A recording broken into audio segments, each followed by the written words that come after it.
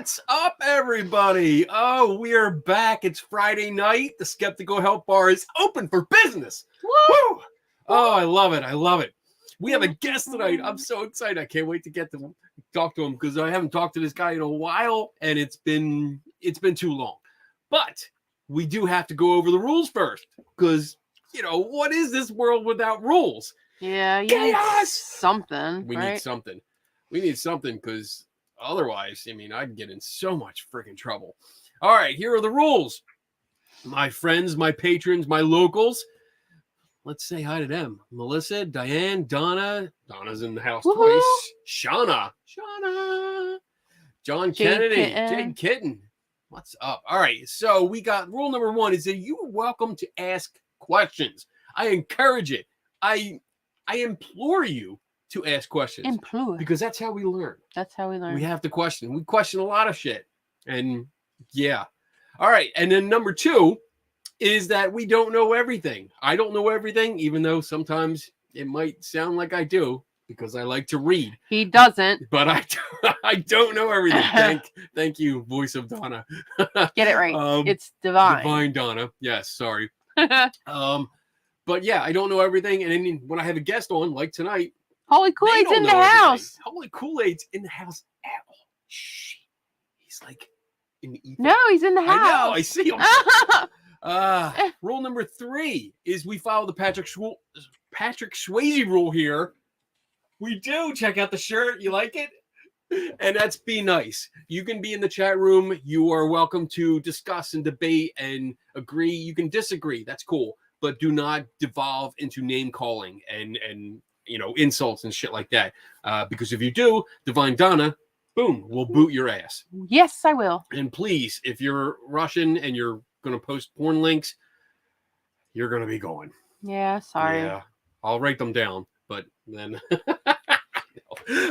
number 4, rule number 4 is if you have a question, please put a Q in front of it. That helps Donna pick them out during the chat when the conversations really get going. And we're going to save them for the second hour of the show. And then rule number 5 is my favorite one. Drink up. That's party, right. Party. Where's my, there we go. There's Donna's cup. Yeah. The Phantom cup. The alcohol tonight, babies. We got some. Ooh, I ran out of Kraken. I did not make that. So I'm dipping into the Hurricane, which is 137 proof. What? Do you need more tea with that? I think you might. I think I might. Do you want me to go grab some? No, I'm good. I'm good. All right, so I'm gonna bring our guest on, and we're gonna get into some conversation. So without further ado, there is Thomas Westbrook. Oh yeah, he's got his drink too. I can do it again. What? I'll drink to rule number 5. Yeah, drink up. How you doing, buddy? Fantastic. It's been a while. It's good to see you. Yeah, I think the only time we've ever actually met in person, I think, is at SciCon, right? I think so. Yeah. I've been to SciCon a couple times, and I've met you at both of them. But okay, unless do you ever go to any other skeptic conferences like Logical, Skeptical? I have not been to that. I'm speaking at the Skeptical this year, but it's all virtual still. So, but yeah, I haven't made the rounds to other conferences yet. I'm hoping to, but you do paranormal cons though. Oh yeah, I do a lot of those. I get around. All I can remember, like my memory of you, is literally you walking up to me and going, "Space pants, space pants," because you had these like tight, like stretchy pants that were all like space and galaxy universe kind of things. Yeah, I think it was for the SciCon. The dress up thing. Yeah. And I had dressed up as what is that even? It's the guy from Peter Dinklage comes on and he does like a bit like a space pants bit and space pants. That was great, dude. Yeah, that's all I remember. Just you. So like everyone was dressing up as some type of character from. It was something related to science or space or something like that, and so I went with space pants. Right. All right. So for people that don't know who you are, my first question to every guest is, what's your origin story? So tell us about who is Thomas Westbrook? Well, about 14 billion years ago, Or how early do you want me to start?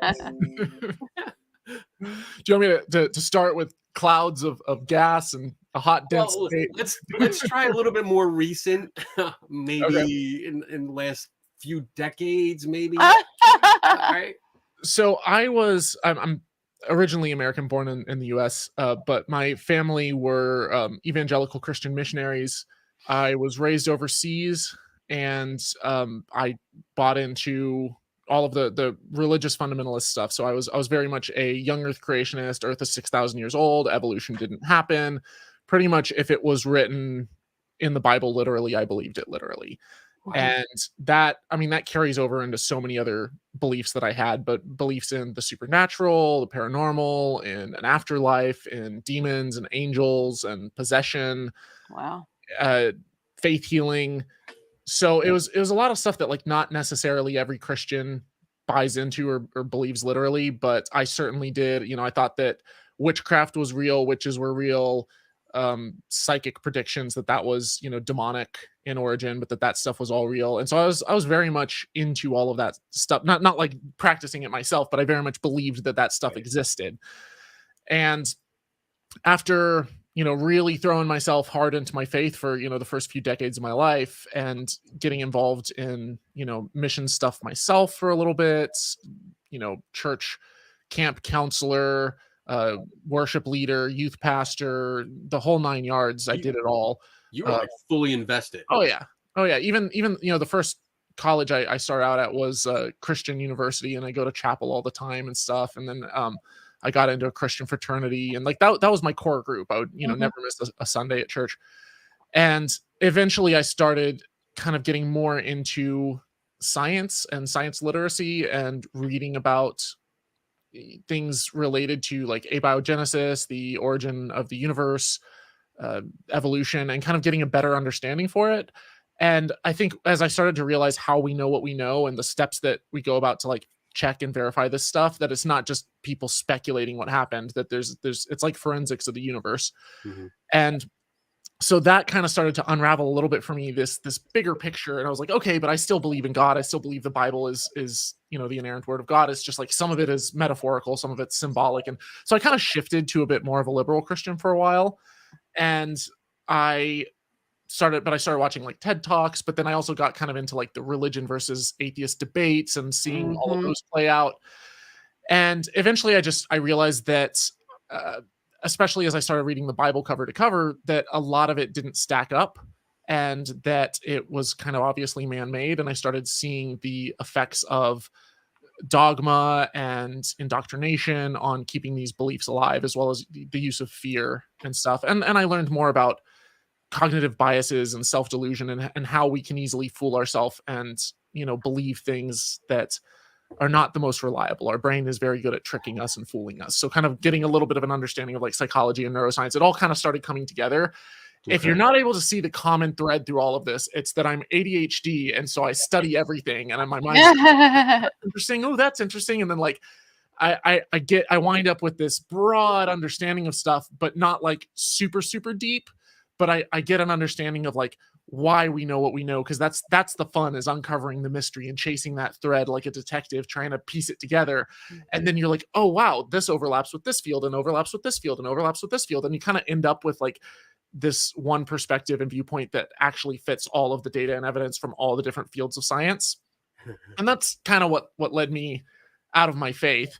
And then as I was kind of leaving all of that behind, I didn't know how to broach that topic with my family, because they're still very religious. They're still ultra religious. And like so to this day, right? Yeah, absolutely. And so I knew that would kind of create a rift, and I didn't want to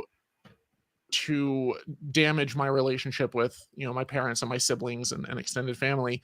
So I initially had my channel. It was supposed to be a way that I could kind of share my thoughts with my family on a lot of this stuff in a very like non-hostile, non-confrontational way.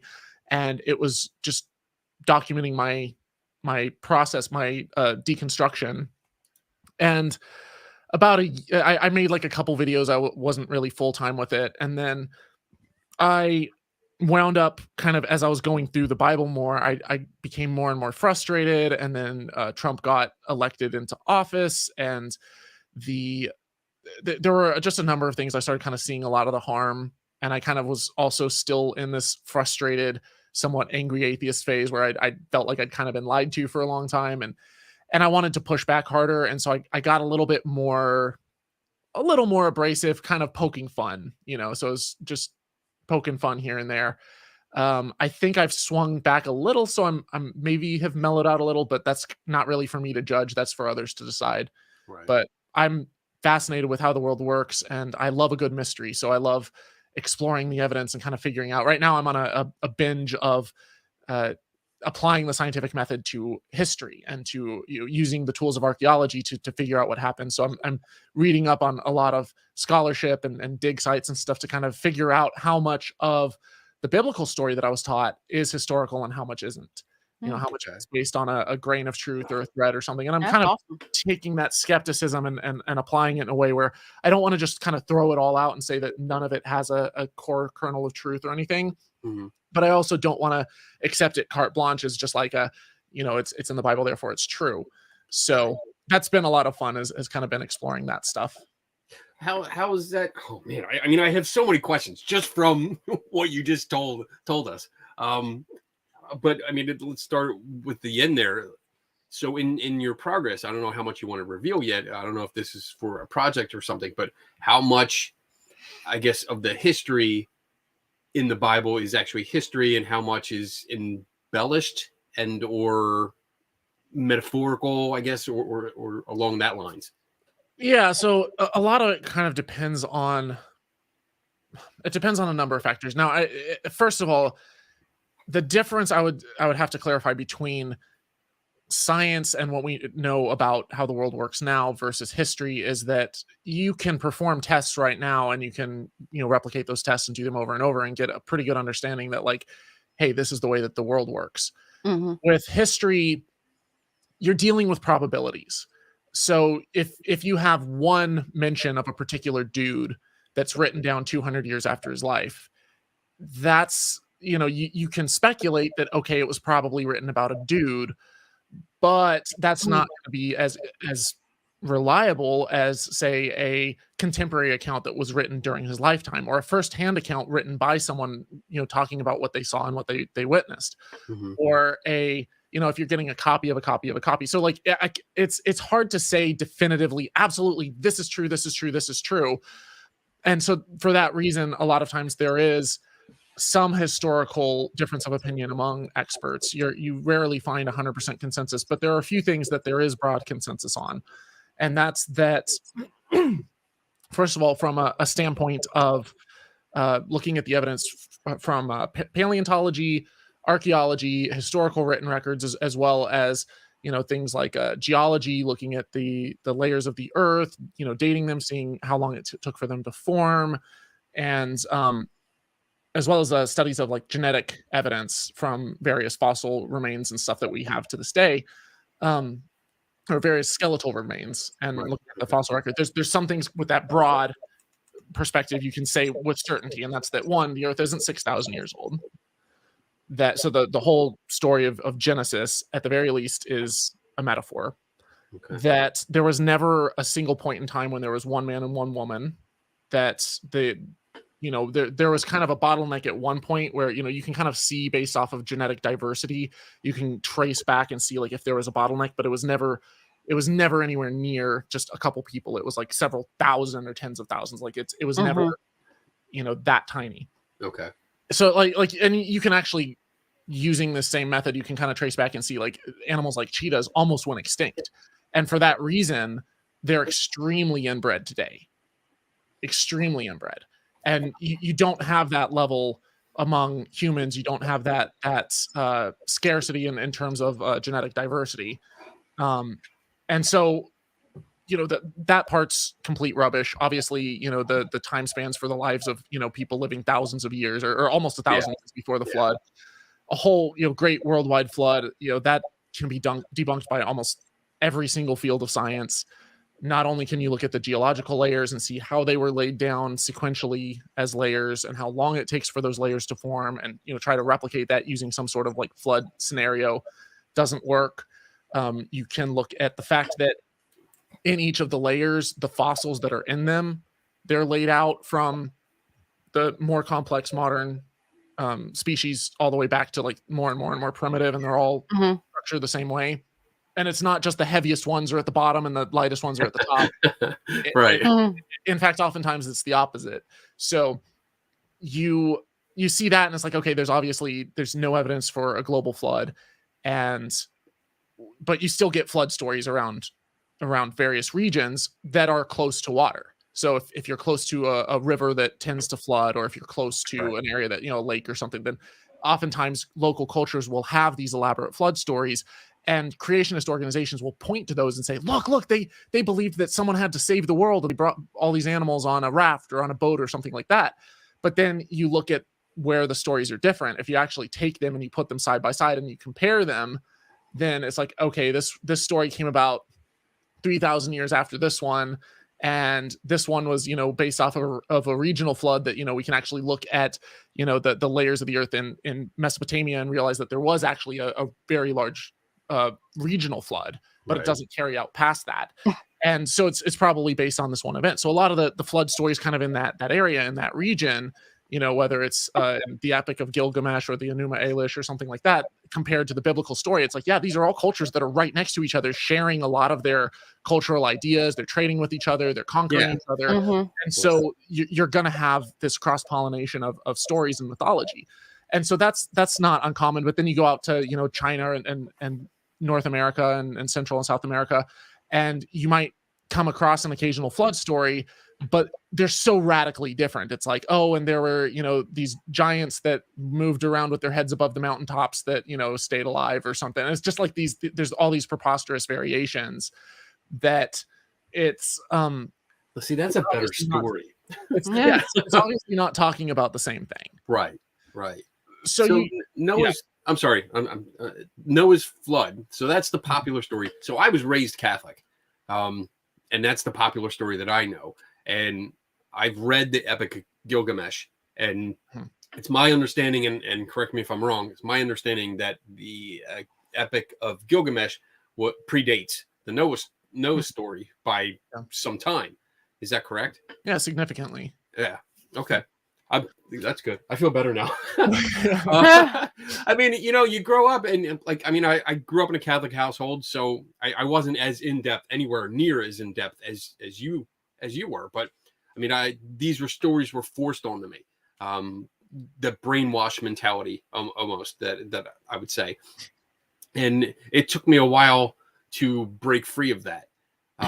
So I guess my question here is, what was your turning point? Like because you were so involved, you were so into it, you were doing things. I think, didn't you teach yourself guitar or something like that so you could? I don't know if I'd say I taught myself guitar.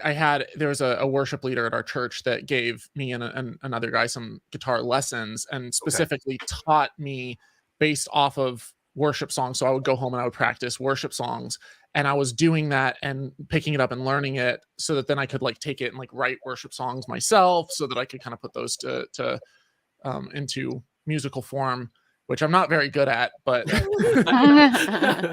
So what was your turning point where something clicked, where you started to question, you started to doubt? Like, can you nail it down to one point, or was this a gradual, I guess, conversion? Is that the right word? I don't know. It was very gradual. There were a couple points that stand out. I think that the first one was when I was still living overseas as a missionary kid, and my youth pastor tended to be a little bit more liberal or progressive than the most of the other missionaries and stuff in the community that I knew. And so I remember talking to him about evolution, and I was kind of like, no one can actually believe that. But he did. He was an old earth creationist. And he said, when you go off to college and you realize that evolution actually is true, then I encourage you to not throw the baby out with the bathwater. Like, you can accept that. He's like, it's okay to accept evolution and still believe in God and still believe in like a figurative Genesis story. Right. And that was new to me and it was kind of weird to me, but it was like, oh, interesting. Okay. So I don't have to completely abandon my faith. And so that kind of opened me up a little bit more to looking into it. And then when I was working as a church camp counselor, I remember one of my friends saying that when he was exploring his faith, he was of the mindset that truth withstands scrutiny. And so we shouldn't be afraid to use scrutiny on various ideas and positions and to really examine and explore them. You know, a lot of times in the church, there's this concept or this notion of don't ask questions, just believe on faith. You'll never really know, you know, that's for us to, you know, find out in heaven. And that's what I was given. Yeah. And I distinctly remember that growing up. It was don't question, you know, you can't ask those questions, just believe. So that notion though got me thinking that, oh, hey, it's actually okay to, you know, look behind the curtain, because if it's true, it's not going to matter how much I look and how much I explore and how much I probe into this. It's going to hold up to scrutiny because it's true. And so I genuinely kind of approached it from that position of the Bible is true. It's the word of God. And so let's explore it in order to prove it. Okay. And it wound up going in exactly the opposite direction. But initially I didn't necessarily care too much about exploring this stuff, but I remember reading a book called Moonwalking with Einstein, and it was about the mind and the brain and memory, and how, you know, this guy basically goes from being just a regular journalist to winning the US memory championship. And he's like, I just have a normal memory. I just use techniques and I was able to grow and figure out all this stuff. And that was, for me, that was a holy crap. I've always thought people were just born smart or born dumb, but it kind of shifted me to having more of a growth mindset before the notion of a growth mindset was super popular. Mm-hmm. So I started getting into just really trying to learn as much as I could. A lot of my roommates were all engineers or computer scientists. And so they were big into science and figuring out how stuff works and stuff. And so I wanted to have a better understanding of that. I had a love of computers. So I would, you know, build my own computer and, you know, mess around with it, tinker with it, try to learn how to program, and taught myself coding. And as I was doing that, I would find myself watching TED Talks, and that kind of opened up a lot of different areas to, oh, interesting. This is an area of science I hadn't really thought of, that this actually makes a lot of sense. Cool. Before the show started, we were chatting a little bit, and you kind of mentioned something about an overlap between skepticism and skeptical people and, I guess, believers in the afterlife and demons and stuff, and how this has some kind of, and I'm paraphrasing here, but some kind of origin in religious beliefs. Can we get into that? Absolutely. And I think that whenever there's seems to be like a very thin line kind of division between the skeptic conferences and skeptic scene, you know, places like SciCon and the Center for Inquiry and all of the stuff that they do. And, you know, where they're basically going in and investigating the paranormal, and you've got the James Randi challenge, and you've got a lot of magicians that are super into it because they love kind of figuring out the stuff and testing it and debunking things if they need to. And so you've got that on the one hand, and then you've got religious beliefs and the atheist community on the other hand. And I think that there's a lot of overlap between the communities, because a lot of times people who get involved in skepticism wind up applying it to all areas of their life, and it kind of shifts them into atheism. But there's also atheists who don't have a skeptical bone in their body, and they'll believe in the flat earth and ghosts and all kinds of paranormal stuff and superstitions. And I think that when I kind of take a step back and look at like the similarities between the things that these two communities are going after, like the ex-Christian atheist group that is shining a spotlight on their previous religious beliefs, and the skeptic community that's shining a light on paranormal beliefs, there's a ton of overlap in the things that we focus in on. And the example that I'll give is within the religious mindset, there's typically, especially within Judeo-Christian belief systems, there's a belief in an afterlife. There's a belief in the supernatural. There's usually a belief in angels and demons. Oftentimes there are beliefs in possession, divination, witchcraft, summoning and talking to the dead, like whether you think that it's the demonic that causes that and it's a satanic thing, or whether you think that there's ghosts, there's a similar effect that they're attributing this external agency to, and they're saying, oh, there's some type of outside force that is interacting with the world. Right. Now, when it comes to other weird belief systems, you've got things like cryptids, like Bigfoot and stuff, and there are people who genuinely think, I think that the Mormons believe that Bigfoot is actually Cain from the story Cain and Abel. Oh, wow. Whoa. And so you start seeing kind of these overlaps, and then there's this idea from like young earth creationists when they talk about things like dinosaurs. They'll say, oh, there's still dinosaurs out there, and they're still just hidden away deep within the Amazon or deep underwater. And so they'll point to the Loch Ness monster. And so you have an area that is kind of, you don't necessarily think of it as being religious, but a lot of times religious people will latch onto these beliefs, or sometimes they even have roots in religion. So I don't think that Bigfoot necessarily came from religion. I think that there were, various, sightings or pictures where people had unexplained things and they just claimed it was a Bigfoot. But there are a lot of things that do have religious origins that, people don't necessarily realize. Really big example of that is the modern spiritualist movement. You starting in around the mid 1800s or so, you had the rise of spiritualism, and it was kind of this new wave of people who everyone had been religious and everyone had bought into these biblical notions of the afterlife and spirits and demons and angels and all of this stuff. And it kind of, those belief systems kind of got hijacked by this community of spiritualists who would say like, oh yes, you do actually, that is right, you do actually live on after death, and we can talk to them.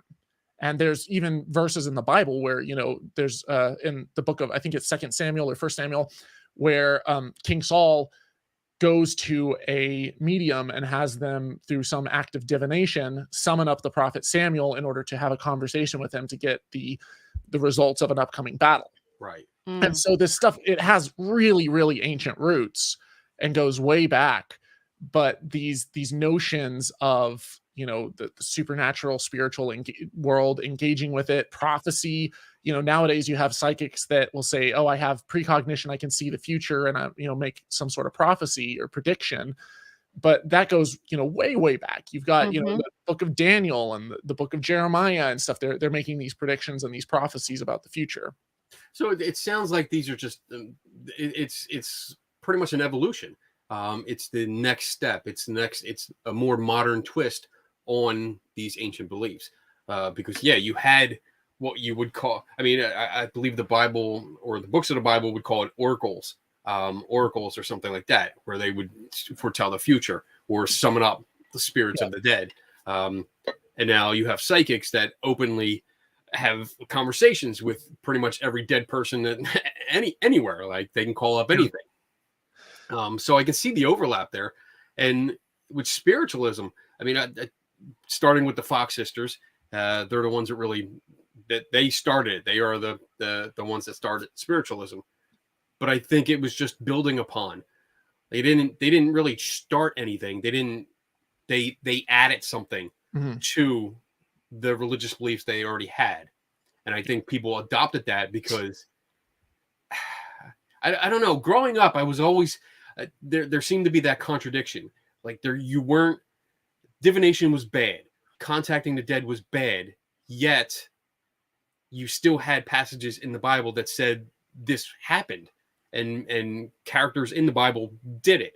And you were also taught to pray, and you can still talk to your grandparents that have passed on and stuff like that. And that was okay. But again, you weren't supposed to. So it was a very confusing thing.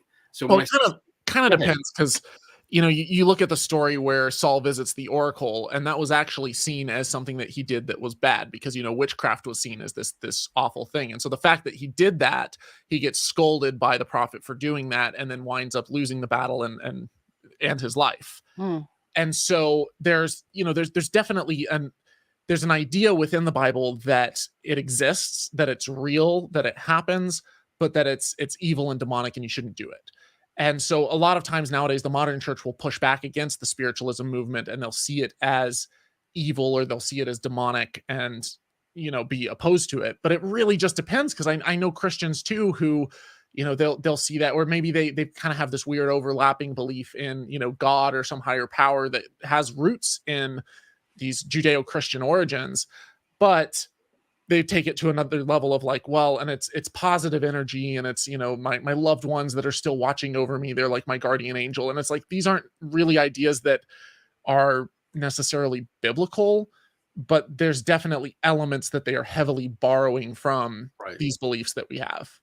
Isn't that pretty much the evolution of religions? I mean, when they break off, they're breaking off because they want to do something different, and or slightly different, so they become their own church. And or there's syncretisms between religions, where you'll see a couple of religions come together and form new traditions. So like in Haiti, for example, you have a heavy influence from both Catholic and evangelical churches, but then there's also traditional beliefs and stuff that were practiced and stuff as coming over from Africa that have then been incorporated into and kind of mixed with some of these more like Judeo-Christian religious systems. And but that, you can trace that thread all the way back. Like you look at religions like I'm, you know, sure you're familiar with the Heaven's Gate cult that thought that the Hale-Bopp comet had a UFO behind it. I thought that there was a spaceship coming, and that if they all killed themselves, they would go up to heaven and, you know, be able to somehow escape destruction. Not the way to work the teleporter or the transporter. That's not how you do it. Now, that sounds like this completely new, just utterly batshit belief system. And yet, if you actually go and you listen to the recordings, it's super creepy. It's eerie. The recordings that, you know, Bo or Marshall, was it Marshall Applewhite, the cult leader's name, that you look at the way that he talks about it, and he uses strong biblical terminology. And he'll talk about how, you know, he was sent from the Father, and how he says, you know, I was rejected when I came, you know, as the Christ. And he literally sees himself as the second coming of Jesus. Oh, wow. So it's not this religion that is born in a vacuum. He's playing into the beliefs that people already held, and people would see things like, oh yeah, I already believe this, and here's something that seems to match that. And so, you know, he was able to form this whole cult following around himself. And oftentimes in those situations, cult leaders will pray to the vulnerable. They'll look for people who are, you know, desperate for something, and they'll provide that, and they'll provide them a community, and they'll love bomb them, and they'll you know, give them something to latch onto. But this, I mean, this is not a new thing. You know, Mormonism did the same thing. You know, it was basically Joseph Smith coming along claiming to be a new prophet, but he pulled everyone's beliefs in the Bible and said, and I've got something new. Christianity did that with Judaism. You know, you had this whole belief system that was already in place, and, you know, they came along and tacked on something completely and entirely different.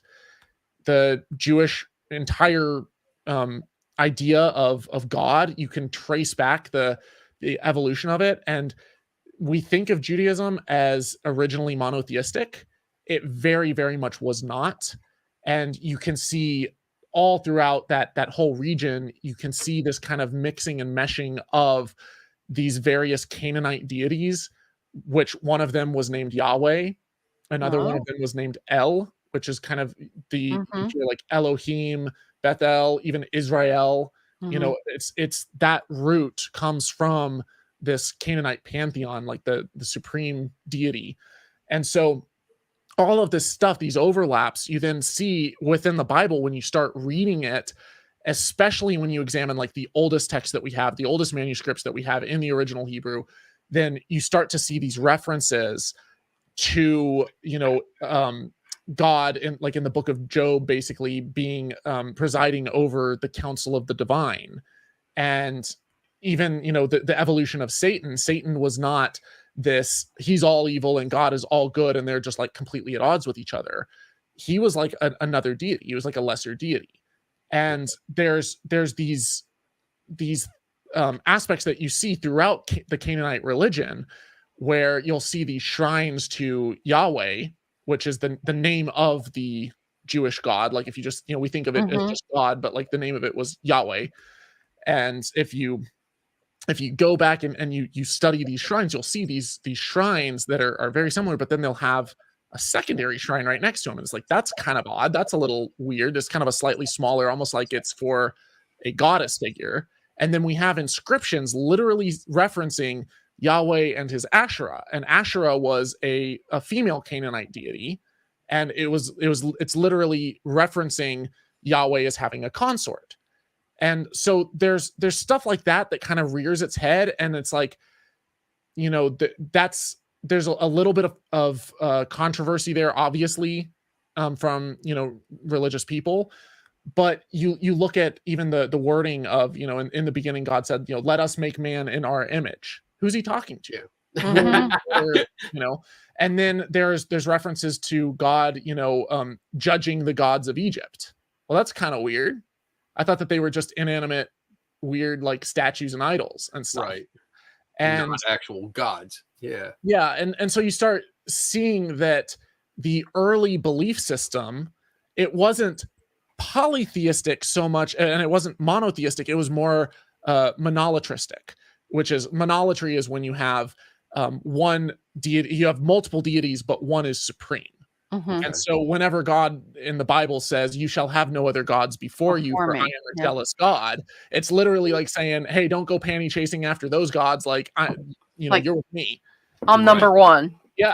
That I can remember from childhood being something that I used to question and get in trouble for, especially in religion class in Catholic school, asking about that. Like, what do you mean you shall not put other gods before me? Like, I thought there was only one. Who are the other gods? And yeah, I was told strictly don't question, shut up, basically shut up. So I mean, this is oh man, this is fascinating. I could freaking listen to you all day.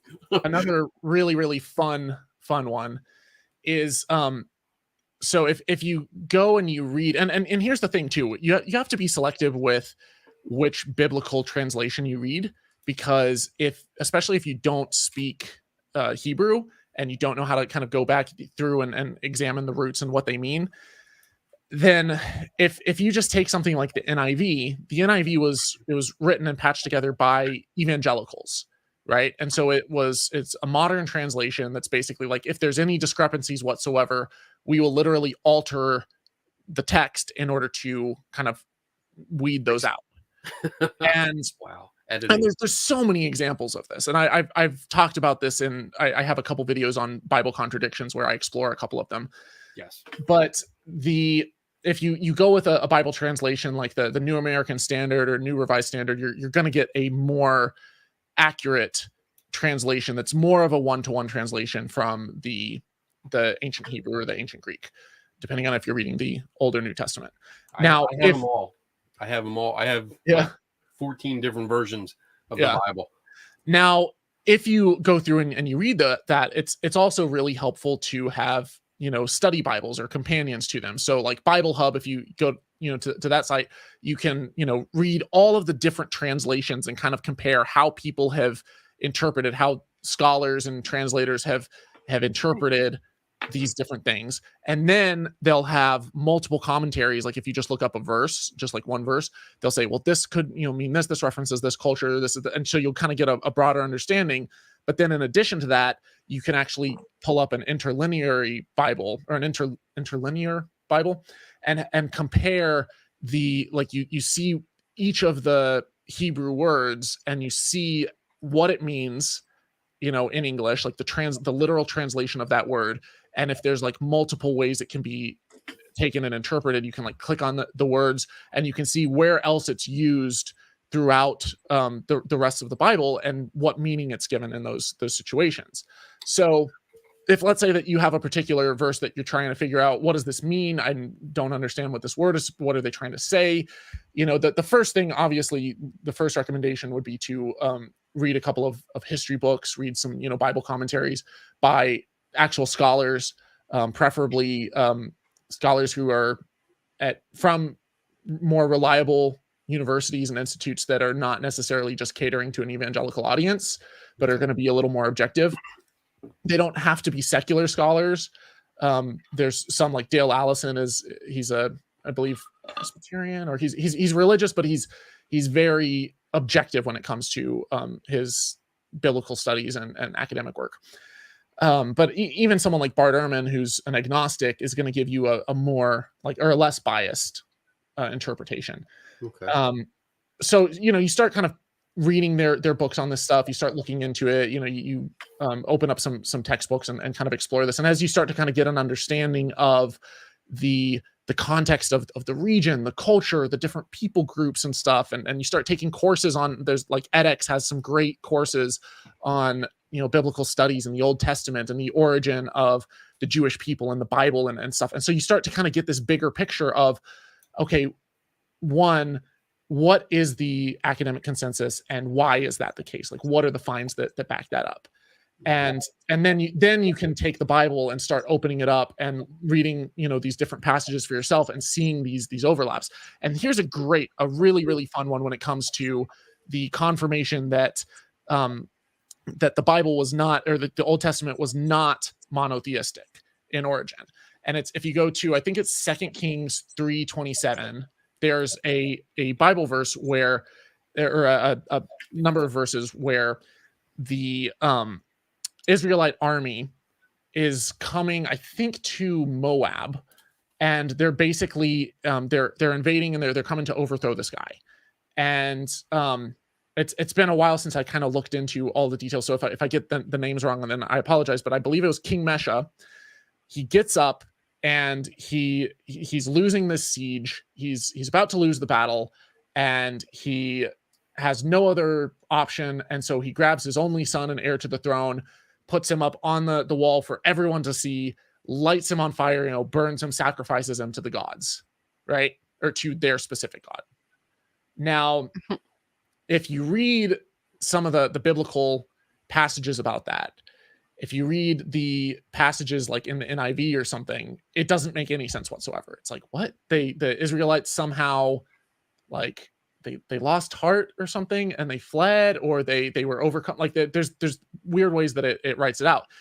But if you actually study the context and the historical context of what was the king actually doing, because King Mesha is actually, he's referenced in a number of inscriptions in addition that are extra biblical, that are historical inscriptions.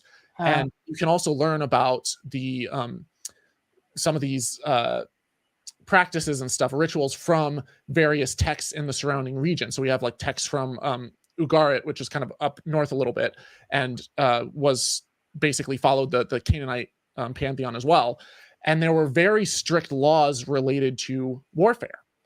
And one of the practices that was common at the time was this practice of sacrificing that which was most dear to you, giving it up to the gods as a sacrifice, basically saying this belongs to God. And by doing that publicly on the wall, it's a pact that this guy is making with the gods, saying, I am giving you the most dear, most precious, prized possession that I have, in order that I might not lose this battle and lose my kingdom and lose my people. So from the standpoint of the Israelites who are coming and marching in, if we're going to retroactively place our conceptions of God and the Bible and stuff from a modern day viewpoint onto it, transpose it onto it, then the story makes no sense, because we're like, wait, if this guy burned his son alive, isn't he doing something horrible and despicable and awful? Right. And the Israelites should have just wiped the floor with him, right? Because here's this guy who's practicing human sacrifice. Right. But that's not what happens. They see that, and there's a couple of different interpretations depending on the translation that you read. But it's better interpreted as basically that the foreign, or these gods that this guy sacrificed to intervened. Wow. And that in that moment, basically the Israelites completely lost heart.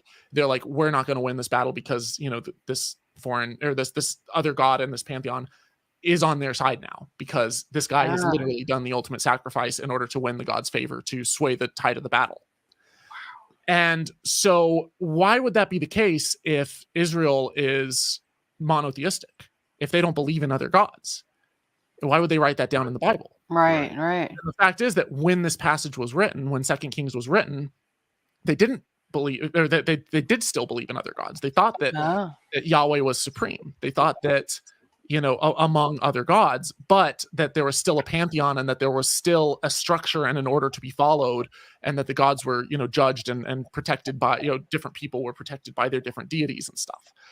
And so it really gives it kind of an interesting take when you actually take the context of the surrounding regions.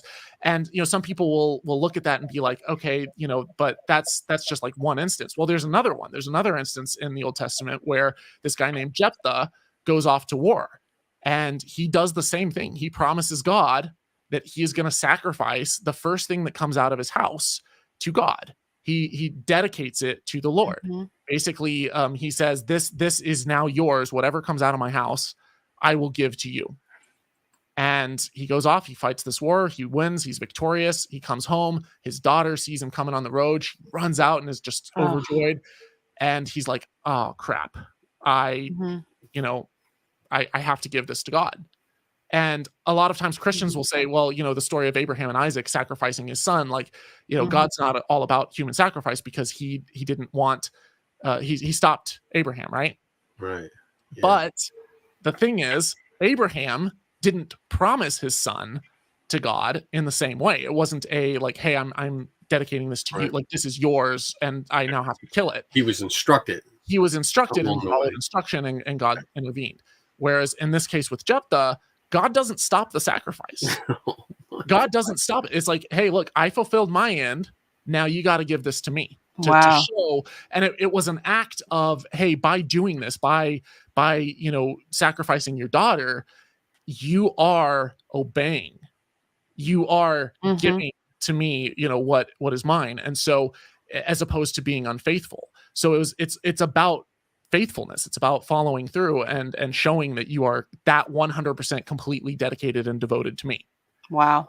And this isn't, this story isn't, it doesn't come without its roots. You look in, there, oh God, I'm blanking on the verse. I've got this all stacked out because I'm actually have a video that I want to make on this in the future about human sacrifice specifically. But there are, there's verses in the, is it Numbers or Leviticus, where basically it gives an outline to that which you dedicate to the Lord. There's certain things that you can dedicate to the Lord, like an ox or a house or a field. And then once you've dedicated it to the Lord, if let's say you decide, actually, I really don't want to give up my house, you can pay an additional like 10 or 20% the value of the house and get it back, and so, and God, I'm sorry, dude, that's funny. But okay. there's a catch though. It says, except for the basically the lives of people, you cannot, they cannot be redeemed like that. You can't renege that. So basically it's a verse that's saying, if you are pledging the lives of someone to God, then, it's like, that's it. Like this is a very serious thing, but like you're really, really showing your faithfulness. Wow. And so when later on, when you have verses in Deuteronomy that say, specifically ban and outlaw human sacrifice, that's what Christians would push back on, is they would look at these verses in Deuteronomy and say, well, but God outright condemns human sacrifice. There's only one problem. In the timeline of when these books were written, by the time that Deuteronomy is written down and as law, you're looking at sometime, I believe and I'm pulling this off the top of my head from stuff I've read, but I believe it was like the 6th or 5th century or something. It's quite a bit later, and maybe sometime in like the 600s BCE. And you're looking at a time period, a couple hundred years after, the earliest books, or at least 100 years after. And if these older books are preserving an earlier memory, then it's over the course of this time period, you see culturally that human sacrifice kind of slowly falls out of favor. And it slowly becomes something that's like no longer really, people start kind of having a distaste for it, right? But before that time, it was much more common. Mhm. And you see this with these references to, the Phoenicians and stuff, who actually wound up becoming the later Carthaginians, who, you hear the stories of Hannibal marching with the elephants on Rome. Oh yeah, They came from Phoenicia, which was kind of in the Levant, in just north of Israel. And there's these stories of them offering their children to Moloch, the god Moloch. And it kind of fits within this whole narrative of human sacrifice. But as time went on, that idea, that notion fell out of favor with the general public. And so by the time Deuteronomy is written, it's like, okay, it makes sense that by that point, it's very lightly referenced. Ross is saying Leviticus 27:29 is the verse I'm referencing about the person being devoted to destruction. Yes, I believe that's correct. So you have on the one hand instructions for how to sacrifice people to God in Leviticus, and then you have this passage later on in Deuteronomy that says, don't sacrifice humans to me. And when you look at the overall context, it makes a lot more sense that, oh wow, like this was a practice that took place. It was probably fairly rare that people would, do human sacrifices because it was for something super serious. But if you made a promise to the gods and then you didn't fill your end of the bargain, then that was a big deal. And so then when you have later on, as when Jesus comes and stuff, it's like here you have another instance of sacrifice being used for redemption in order for us to be saved. I don't know how much, because we're looking at several hundred years later, I don't know how much the human sacrifice stuff was still kind of within the core memory of the people at the time. But for Christians to come along and say, oh, human sacrifice isn't a thing, they point to specific verses like, I desire mercy, not sacrifice, or something. And that specific verse, if you pull it up, I desire mercy, not sacrifice. Jesus is referencing it to the Pharisees, and he's pointing back to Hosea. It's Hosea 6:6. But even then, it's like, here, I'll just read it. It says, for I desire mercy, not sacrifice, and acknowledgement of God rather than burnt offerings. So he's specifically saying, and if you look at other translations, so the I desire mercy, not sacrifice is the New International Version. The specific word or phrasing that's used better translates to I desire loyalty rather than sacrifice, and the knowledge of God rather than burnt offerings. And so it's or the acknowledgement of God, the knowledge of God, but it's like, hey, I want you to have me at the forefront. Your loyalty, your steadfast loyalty to me, it's not about the burnt offerings. It's not about the smell or the cooking of the stuff. To me, it's about you are faithful, you are dedicated, you are willing to give your right arm and you're sacrificing your own kids in order to follow me. You show that dedication, and don't you dare stray or look away or follow another god because I'm a jealous bitch. And so that's what he's saying. It's not that God doesn't like sacrifice. It's not that he's against sacrifice. It's not that he doesn't want sacrifice. He straight up gives, dozens of verses talking about how you should gut animals and cut them open and burn them alive so that he, because the smell is pleasing to him, and he, lives in the heavens and the highest. And so it's not that God doesn't like sacrifice, and yet people will pull these verses out of context in order to say, oh, at the time human sacrifice was so common, but then the Bible comes along and completely gives this whole different narrative, and just flips it on its head, and God drove out the Canaanites because they were so evil and they were sacrificing their own children, but then and it was horrible, and so God had to remove them from the land and through genocide. And it's like no, this practice was. The Israelites were doing this stuff too, and they slowly kind of evolved over time and shifted over time, but their deities and stuff like very much kind of came out of this culture that they were swimming in. That's what I'm hearing as you're talking. It sounds just like an evolution. As you mentioned that the human sacrifice kind of fell out of favor, almost like people were going, I really don't want to kill my daughter or my wife or, my son or whatever, and it's falling out of favor. Therefore, later scholars or later writers or translators or whoever was writing these books kind of made the decision, all right, let's kind of phase this out because we don't want to do this anymore. Well, and the same thing with the beliefs in other gods and these ideas of there was a council of gods. There were, God is among the divine. He is, and there's God. There's the Illuminati. There's a specific verse, and I'm blanking on it. And if I had I have a lot of notes on this, but there's a specific instance where if you look at the later versions of this verse in like the Septuagint and stuff, then it's been altered from the original, because we have both the Masoretic text as well as the Dead Sea Scrolls, which are significantly older. And if you look at the earliest instances that we have, it specifically talks about Yahweh as being one of the it's like the sons of El or something. Psalm 89. Let me see. Thank you, Ross. I knew Ross would be here. Yeah. I love how he looks stuff up as we're doing it. This is perfect. Well, he's like, maybe that's what he's talking about. Yeah. Yeah. So. No, I mean, like even Thomas. Yeah, I know. He's stuff up. I love that. Yeah, and I don't want to take. It's a long psalm, and I'm trying to find the exact verse. But yeah, he basically talks about God in kind of a poetic way, but as basically God being just among the Elohim, like one of the many gods, and potentially even one of the there's like one of the sons of Elohim. Who among the sons of the mighty is like the Lord? I think that may be it. A God greatly feared in the council of the holy ones. And if you look at like the earliest references to this, it says in Psalm 89, verse 6, for who in the skies is comparable to the Lord? Who among the sons of the gods? So it's like, wait, what?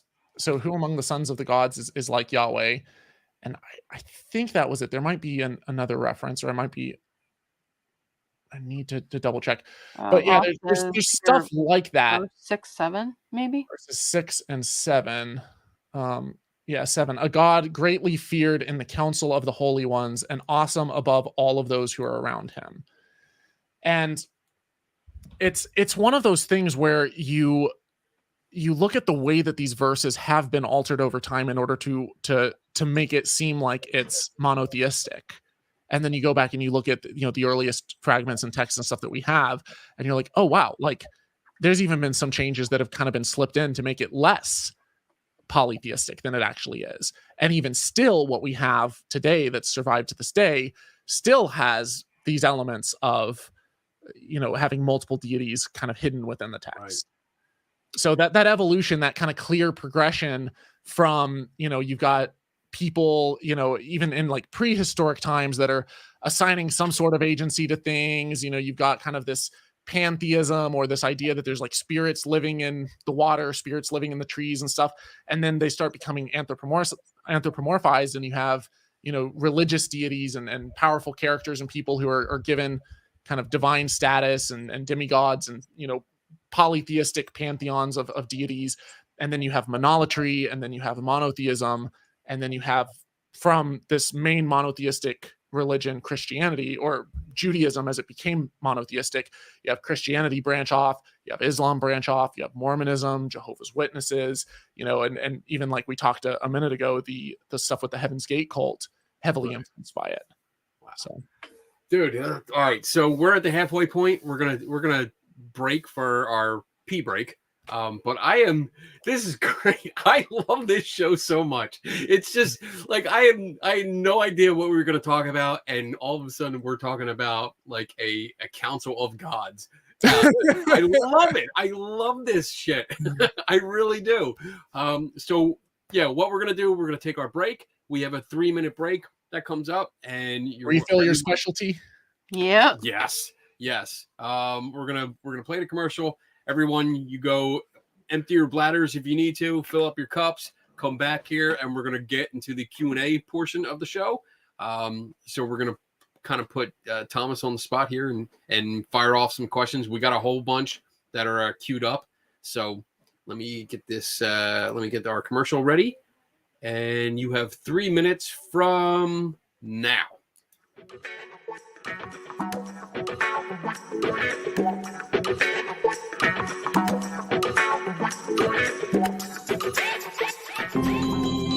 Do satanic cults lurk in the shadows? Can memories of satanic ritual abuse be repressed? Do exorcisms really drive out demons? And are those demons always possessing Zach Baggins? I'm JD Sword, the Satanic Skeptic. Join me on The Devil in the Details as I examine these questions and more, bringing a skeptical and satanic perspective to the paranormal. The Devil in the Details, available on Apple Podcast, Google Podcast, Spotify, and more. Jetham for us. Jetham for us. Hail Satan. Hail Satan. Are you tortured by what you see and hear about the paranormal field? Join us as we critically examine and question paranormal claims, science, ghosts, demons, cryptids, UFOs, ghost hunting technology, and much more are all on the table for discussion. 3 Tortured Souls is a video podcast that streams live on Saturdays at 8 p.m. Eastern and 5 Pacific. 3 Tortured Souls.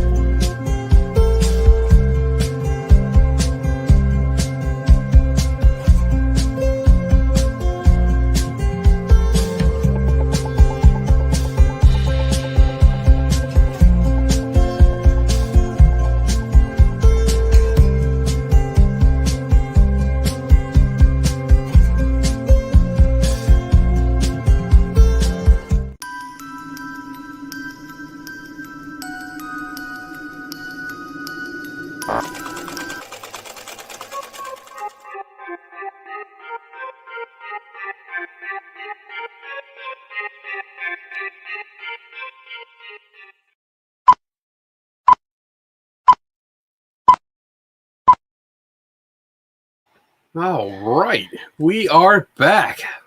Feels so much better. I got a full cup. I'm ready to go. Your mic is muted. Your mic is muted. Can't hear you. Now that I have my notes, Yeah. There you go. provide some of those verses and references super quick, if that's Sure. okay. Yeah, sure. Yeah. Let's The go. story of the invasion of Moab is 2 Kings 3:27, where the guy sacrifices his son, and the king sacrifices his son to Chemosh, and it appeases the god's wrath against Moab, but it summoned his wrath against Israel, driving them out from the land. Now, basically, this was based off of the Canaanite holy war laws, which we have found texts talking about literally guiding them through this process and this ritual. And basically, the word that's given in reference to it is that it is divine wrath. It's always divine. It's from the gods. It's not just that the people became wrathful or the people became angry. It was no, like this summoned the wrath of this god. Leviticus 27:28, I think 28 possibly through 29, is the verse that says that no human dedicated to God may be spared; they must be put to death. And this isn't a warfare text. This isn't Moses saying, "Hey, go out and kill these people, and this is how you're supposed to do it." This is a legal text. This is part of the divine law that was handed down from God allegedly. So yeah, that's and then the sacrifice that was made in there's Numbers 21 1 through 4. And there's the sacrifice to Jephthah's daughter, I believe, is Judges 11:30 through 31. And it doesn't stop there. It's it goes on, and even in the New Testament, you see in the book of Hebrews, Jephthah is listed as one of the heroes of the faith. Like by faith, he followed and he listened to God and sacrificed his own daughter. People say that Deuteronomy banned human sacrifices, but it was added later, and the whole point of sacrifice was that it was supposed to be difficult. It was supposed to test your allegiance to God. Like the ultimate. Yeah. And then Hosea 6:6 is the "I desire not mercy, not sacrifice." It's a poor translation. It's better translated as loyalty. It's not that God didn't want sacrifice. And then Samuel 15:9 is when there's a story of Saul going out, and basically he's told to basically harem everything, which is the Jewish word is like to dedicate to God. And when used in warfare, it was pretty unambiguous that, some Christian scholars like John Walton today will try to say that it just meant to drive out or exile. That's bullshit. Like it's very unambiguously destroy everything. And there's multiple references to how it was done, how it was commanded to be performed. And it meant genocide. It meant slaughter everything. And so Saul is told to slaughter everything. He goes out, and instead of, he kills like all the men, women, and children, but then he keeps some of the livestock. And Saul rebukes him, and he says, but the Lord, does the Lord have as much delight in burnt offerings and sacrifices as in obeying the voice of the Lord? It's like, hey, it's because Saul's saying, I'm going to bring them back to the temple and sacrifice them. And Samuel's like, hey, it's not about the sacrifice. It's about like 100% loyalty, faithfulness, listening, even if it comes to slaughtering things. So yeah, those are a few of the references that related to that. And you're going to do a video on this, you said? Yeah. So, and the verse talking about God in the divine assembly is Psalm 82. It says that he sits on the council of the gods and judges them. And then Job 1:6 has the sons of God coming before God's council, and Satan is listed among them. Satan is one of the sons of God. Wow. So, and I think sometimes you'll hear words like Elohim referred to like as a group of deity, like a plural for deities. It's like a board member. Yeah. It's a plural word, and some people will say, well, Elohim, it's like a respectful plural way of referring to God, like as only God. And it's like, it can be, but there's instances where it's very clear that that's not what it's saying. Okay. All right. You ready for some questions? Yeah. And two instances of that, Exodus 12:12 and Genesis 35:2 both refer to other gods as Elohim.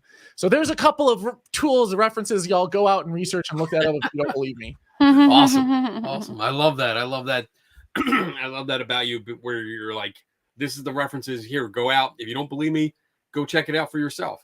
And that's the way we should be. We should be able to present that information and say, go check it. And not in the NIV, like actually go and, dig a little deeper. Yeah. All right. Let's get into some questions, because I know we got a lot of them. Jade Kitten, what's up, girl? Anyone else weirded out by seeing Kool-Aid unanimated? I'm used to it. I've seen them. I have the privilege. I can say that I have been animated. I'm very, that's like off my bucket list now.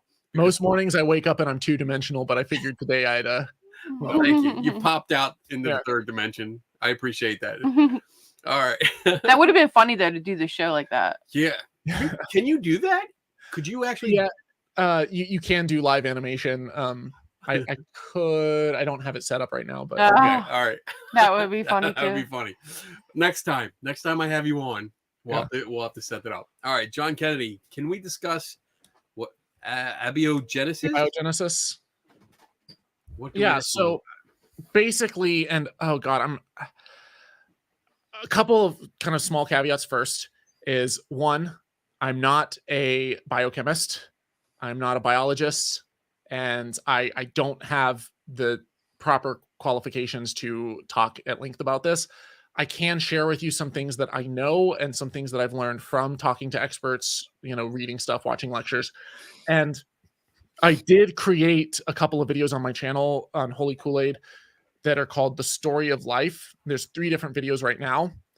I mean to make more. It's just that they're a ton of work, and those 3 I basically sent off to multiple biochemists to have them fact check it and kind of give feedback to make sure that they were accurate. But here's what I can remember from those videos that I made several years ago, is that first and foremost is that we are all chemicals. Every single one of us. Like, everything in our body is literally made of chemistry. So you can break down all of our constituent parts and realize, like, okay, there's a certain amount of carbon, there's a certain amount of oxygen, there's a certain amount of helium. There's various elements that are within our bodies, right? There's some iron in your blood. And they're not just like standalone. These elements, they're combining to form molecules. Those molecules are combining and forming like bigger molecules. You're getting, strands of DNA. You're having, all of this stuff. These proteins are forming, and that makes up cells. But at the very smallest kind of bare minimum, you've got these core elements that are the same exact physical, natural elements that are everywhere in the universe. And the distribution of elements that are required for life, things like hydrogen and oxygen and carbon, also happen to be the most abundant elements in the universe. So we can look out into space. We can use spectroscopes to analyze the wavelength, that basically there's certain wavelengths of light that different elements emit. Yeah. And so you can kind of see how that light is, I believe, refracted, and determine what, different stars are made of, what different gas clouds are made of, what different planets are made of, right? So the elements that are within us that are required for life happen to be the ones that, chemically speaking, are very easy to bond with, like carbon. It's very easy to have a lot of different combinations of different chemical bonds, and they're also the most common throughout the cosmos. So now we're like, okay, but how do we get from those elements to us? Like, are there natural processes by which this could happen? And what you find is there was a famous experiment that happened in the early 1900s by Miller and Urey. It's called the Urey-Miller experiment, or Urey-Miller, depending on how you pronounce it, where basically they tried to recreate a environment that was similar to the early Earth. They took these flasks and they pumped everything out but a couple of chemicals that would have most likely been present in the early Earth. Some of them are very naturally forming. So, for example, if you have certain elements together, like if you have hydrogen and oxygen, it kind of forms together and makes H2O, or water. And that's not uncommon. We see it happen all over the place, right? And there's various natural things that happen to make these elements, whether it's evaporation and precipitation and stuff, like things mix together all the time. So you see that all of these elements that we have here on Earth, a lot of them, they've come together through stars that have these, giant chemical reactions that are happening inside of them that are taking these simple elements like helium and hydrogen and stuff. And because they're so hot, they're fusing together into heavier elements. Eventually the stars collapse in on themselves when they run out of fuel. And then the guts of those stars, it explodes outwards. And you get these clumps of rock and heavier elements. Those, over time, gravity forms those together into these accretion disks, and it creates things like planets. And on those planets, you have these chemical reactions that are going on, right? And what Urey and Miller tried to do is they tried to kind of recreate that environment where they took some very basic molecules, things like ammonia, things like water, and they said, okay, if we have all of these things and we basically just add a little bit of energy, some type of a spark, that would be similar to, kind of akin to maybe a thunderstorm or lightning storm, or maybe volcanic eruptions, geothermal vents, just things that we know occur naturally. What happens, right? And what they found was that through that process, without any other intervention, just letting it run, that they saw amino acids naturally form, right? And amino acids are basically what our proteins are made of. So now we've gone from very simple elements to heavier elements to molecules to the building blocks of proteins. And then as they left this experiment basically sealed, they kind of put it in a lab for a while, checked it years later, and there were even more. There was like a rich abundance of amino acids. Since then, we've found that that's not the only way that amino acids can form. We've seen in meteorites that have fallen to Earth, superheated, cracked them open, found tons of different amino acids. And there's other places too, geothermal vents and stuff, where this stuff takes place. This doesn't mean that that's necessarily how it happened and how we got to that first thing, but that's like, these are possible ways it could happen. Right. So then there's other experimenters that have come along and said, okay, so now we have amino acids. Somehow we've got to get to proteins and cells and stuff like that. And there's a lot of different experiments and research that's gone into this, and it's still a very new field. But basically, they've been able to create naturally, like their scientists aren't, putting it together. They're basically just creating a similar environment and watching it play out and see if the chemistry can occur on its own. Right. And they've found that the nucleic acids form on their own. They've found that fatty acids will form on their own, and they're very simple. And then when these fatty acids are all together in kind of a blob, it sort of makes these viscous bubbles, sort of like when you take oil and you pour it into water, you see these little bubbles form on the surface of the water because they're hydrophobic. And so all the oil kind of comes together in these blobs. And the fatty acid layers, because they form sort of a little sphere, it's kind of the early makings of like a simple protocell. And a lot of times they'll capture and kind of encapsulate these amino acids and these nucleic acids. And you start seeing that the nucleic acids, by the way, are the building blocks of DNA and RNA. So you hear like adenine, thymine, guanine, cytosine, uracil. These nucleic acids will kind of form into these little strands. And so there's a couple of different hypotheses as to like how life could have gotten started from that point. One of them is the RNA first world hypothesis, where you have these strings of nucleic acids come together, and we've seen that happen in the lab naturally. And then those strands would kind of pair up chemically through like an attraction. And when I say an attraction, I just mean that one is has certain positive charges and certain negative charges, and so just the laws of physics bring them together, and they'll form these copies. And if there's a little mutation or a slight little change in these strands of DNA, then certain ones of these protocells might be able to, recreate basically that these strands will then go and they'll kind of form naturally these protein structures. And certain mutations now at this point that change will increase the rate at which these fatty acid little vesicles are able to pull in certain nutrients or certain other, chemicals from the outside that help and benefit the cell. And so those would be more likely to survive, because now you have natural selection playing a role where, this one had this little mutation or this nucleic acid in a different place.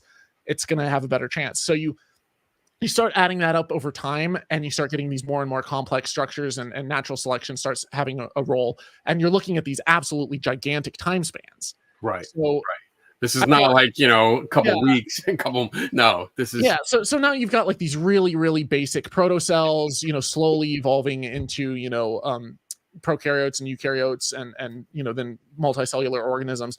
And there's instances where we've seen these jumps to more complex things where, for example, you have inside of your cells, you've probably heard the mitochondria. Mitochondria is the powerhouse of the cell. Well, your mitochondria at one point, like, it's kind of its own standalone thing, and it actually has within the mitochondria, it's got its own little mitochondrial DNA. There's a theory that's called endosymbiosis that states that the mitochondria initially was kind of its own protocell, and it got engulfed by another cell. And yet it kind of became this symbiotic relationship where, as this cell would reproduce, the mitochondria would reproduce with it, and it kind of became a more complex structure. And that so you're starting to get these elements within our cells that are kind of becoming more complex over time, and then they slowly start to form colonies, and then those colonies start to specialize in different tasks, and they're working together in a way, not consciously, but just like the ones that form this type of structure through the natural laws of physics tend to be more successful and survive longer. And so nature is kind of selecting for those things. Natural selection. Okay. And eventually you get multicellular organisms from that. So that was a long-winded answer, but yes, there's a lot. No more questions from John Kennedy. All right, he's not yet. Let's get through the other ones first, I guess. We got a whole bunch more. All right. I'll go quick. All right. JD. What's up, JD? What do you think about the debate over whether Jesus of Nazareth was a historical person or merely a myth? Oh God, you wanted me to go quick. Oh my goodness. We need to do this. Is going to be a long show. I will just say that I did a video on that called "The Evidence for Jesus is Worse Than You Think." Yes, where you might think that I'm taking a myth as a stand from the title. I actually think that if you look at kind of what our typical standard is for whether or not a dude existed, which is a pretty low thing when it comes to a burden of proof. Billions of people exist all the time, and it's more likely that certain stories would be based on a kernel of truth or based on a figure or something, especially that recent to the time that it's written. So if you have multiple different documents that are all attesting to this dude, we know that he's not the only apocalyptic preacher mentioned. There's multiple others that would kind of come in and claim to be a new king or anointed one, or the word Messiah literally means anointed one or king, and someone who's going to save them from the Romans, from these aggressors. And so it's like that idea of a person coming along, getting disciples, getting followers, like that's not a crazy idea. So I wouldn't say that the miracles are true, but I really, really think that trying to discount every single mention of him and trying to jump through hoops to just to be able to say that he didn't exist at all, to me is it's if you take that standard with Jesus, then there's a lot of figures in history that you're going to have to write off as mythical too. Good. All right. That's a good answer. That's good. I like it. Moving on. Oh, Bob. What's up, Bob? But you also have to ask, when you say global, how much did the everyday person know about the world outside of their immediate area? Most people were not well-traveled, and those that were brought stories with them from places, and stories from India or China. I think we're talking about the flood. Yeah. I think. Yeah. So in that instance, what I mentioned before was that the stories in the Bible that reference the flood and the Epic of Gilgamesh and stuff like this was a story that was heavily a part of the Sumerian culture and the later Mesopotamian cultures as well, the Akkadian Empire and Babylon and whatnot. So you have this idea of a flood of these different deities and stuff, and when you have this cross-pollination of these two cultures that are right next to each other, we're not talking about the other side of the world. We're literally talking about the Middle East. You've got the Tigris and Euphrates River, and then like right over here's Israel. And there were quite a few times where like the Assyrian Empire would come and invade, and you'd have like this cross-pollination of ideas, and the Israelites are taken into captivity in Babylon and they live there, and then the Persian Empire comes along, and there's all this cross-pollination of ideas. So when I say that the biblical flood story most likely comes from the Sumerian flood myths, that's what I'm referring to. When I talk about the other flood myths on the other side of the world, like you look at the ones in China and the way that they talk about these flood stories, and it's very, very clear, it becomes very readily apparent very quickly that this is not the same story, that it's not talking about the same story.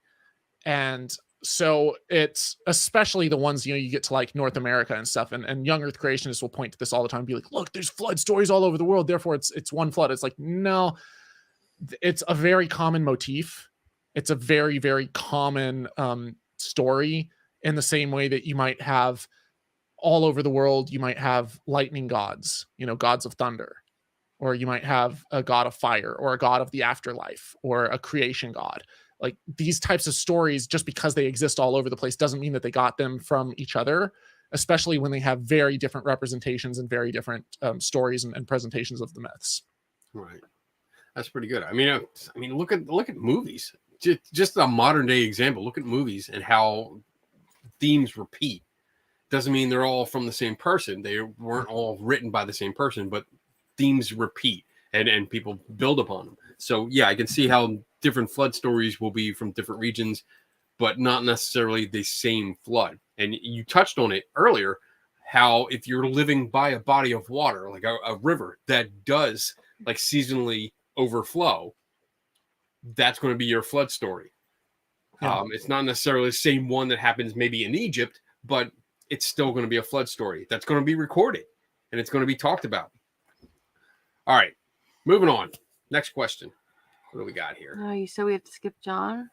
No, I'm kidding. Jay kidding. Is it true that Yahweh was the god of metallurgy?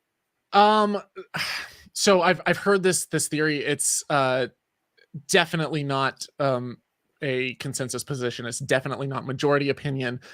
I don't know if I would call it fringe, but at the very least, it's a minority opinion. There's a specific scholar who put it forth because there, I forget his exact reasoning, but it was something like there were some mines, I think the Timna mines in southern Israel, that had references to Yahweh.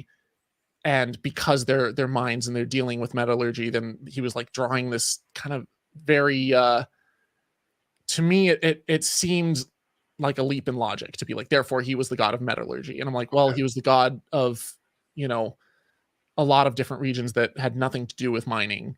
And to say that, you know, and I think his reasoning was that like, that's one of the earlier places where we see any kind of archaeological evidence for him. But I'm like, okay, just because these people worked at a mine, it seems a little bit of a jump to me. Right. But okay.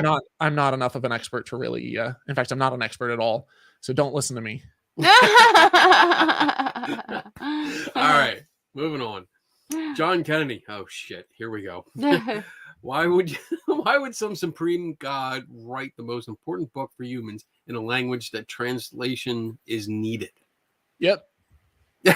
Boom. That's the shortest answer ever on this show. Yep. I mean, that goes into like, so you actually did a video which I was really impressed with, and it was called Christianity's Fatal Flaw, and it kind of related to this question. Well, it did relate to this question, where you had this problem of communication between this all-powerful God and us little people, the creations of this all-powerful God, whereas so many messages are according to the stories that I've read, are cryptic. They're like little mysteries and codes that we're supposed to figure out, instead of just saying, hey, fuckers, do this. Be simple. So I guess going back to Bob's question or John's question, what do you think? Yeah, I mean, there's an excellent quote by Dr. Bart Ehrman on this that basically says, what's the point of having divine inspiration without divine preservation? Why on earth would a God go through all this effort in order to make sure that he has inspired the word of God and that it's perfectly communicated to his people, and then he doesn't preserve it? And so if we look through time and we see that, hey, there's been translation errors, there's been direct tampering and changes that have been made, there's all these internal contradictions, there's all these scientific and historical inaccuracies, and certain words can be translated so many different ways, and we have so many different translations and so many different versions of the Bible, and even that is poorly communicated because there's entire people groups that don't even have the Bible in their own language, right, or have never had access to it or read it, and there's thousands, if not tens of thousands of different denominations that are all interpreting it in different ways. Then if God actually genuinely was, you know, all powerful, all knowing, and he's all loving, he wants to communicate effectively, this is a pretty piss poor way of doing it. Especially when you consider that, you know, the average newspaper editor understands that most people read at like a 6th grade level or below, and is able to tailor his paper accordingly so that everyone can understand it and get what he's trying to say. And yet here you have this book that's cobbled together by, you know, dozens of different authors that are all anonymous over a long period of hundreds and hundreds of years. We don't have any of the originals. For, you know, a while before that, it would have had to have been handed down through word of mouth and from person to person orally. And then the fragments that we do have that remain, you know, are dated to hundreds of years after it was probably originally written. So you don't know how many changes have taken place in there, or if the copying was accurate. And then, you know, those early fragments are just fragments, and then entire books that we have are even later. And then those are translated and copied and stuff until we have what we have today. So if you have to study the ancient language in depth, study the ancient context in depth, go back and try to piece it all together and figure it out, examine where there's discrepancies between the earliest manuscripts that we have, where one of our manuscripts says this and one says this, and you have to try to figure out which one is true. And even those, you don't know if you have an accurate, reliable start. And to me, that just screams of, this is a man-made, cobbled together book that it has some beautiful stuff in it. It has some really impressive things. I don't think it was written by some illiterate bumblefuck, but at the same time, I don't think it's divinely inspired, and the evidence for that is couldn't be more clear. I agree.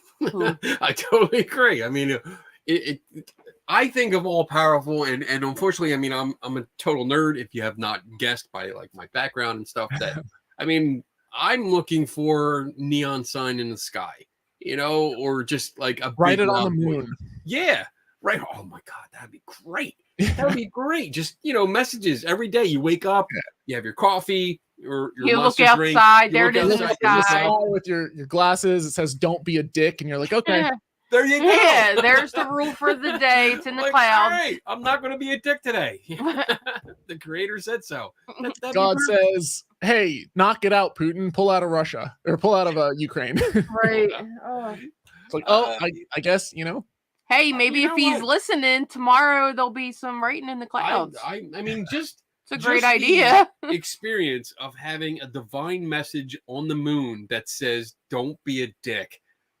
That's I'm done. My life is complete.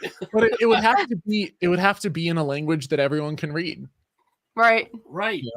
Sign language. So, I don't understand that. Do you? There's just a giant penis with like an X. Yeah. There you go. Everybody knows that. You'd have the purity culture interpreting it as, no sex. Yeah. No sex or chop your dick off. Oh, that hurts. All right, moving on. Maybe that was God's first plan, and that's how circumcision got. Oh, that's another topic we should get into. Not this show. Next time. Bob, what do you think of the ancient alien hypothesis that Jesus was an alien and that he was beamed up to the mothership in front of the apostles? Wow, is that really what they say? Holy shit, I missed that one. I don't even know how to give that a serious response. I mean, this goes back to these ancient alien hypotheses that aliens built the pyramids and there was this great advanced civilization before ours, and that we had some type of extraterrestrial contact. And usually what these believers in this type of theory will put forth is they'll look at some particular inscription and they'll say, oh wow, that looks a lot like this thing. Oh hey, Akhenaten had a really long head in the inscriptions. But then you look at his body and it's just like a normal dude, and like you look at it's just like it's an art style. Right. People did that, or they'll say like, look, he's praising this UFO thing, and it's like, well, we actually have texts that we can read from that time period saying exactly what it is and what he's doing, and how like he's literally worshiping the sun god. And we have like all this, there's extensive records on Atenism and what it was and the belief system, and how this guy tried to create or it would be like the original instance of either monolatry or monotheism, where he got rid of all the other gods in Egypt and said, we're just going to follow this one. And it was Atenism. And so he's worshiping the sun, and you see the rays of light from the sun drawn in a way that Egyptians would depict the sun, with the pharaoh worshiping the sun. And people are like, oh, it's a UFO. And they have no knowledge or understanding of Egyptology. They have no knowledge or understanding of the language and, the hieroglyphs or how to read them. And they have no knowledge of history. And so they come along and they see that and they're like, oh, and there's these pyramids. They couldn't possibly have built those. And it's like, there's a big difference between saying, I don't know how they could have built those, and saying that we have absolutely no idea how it was built.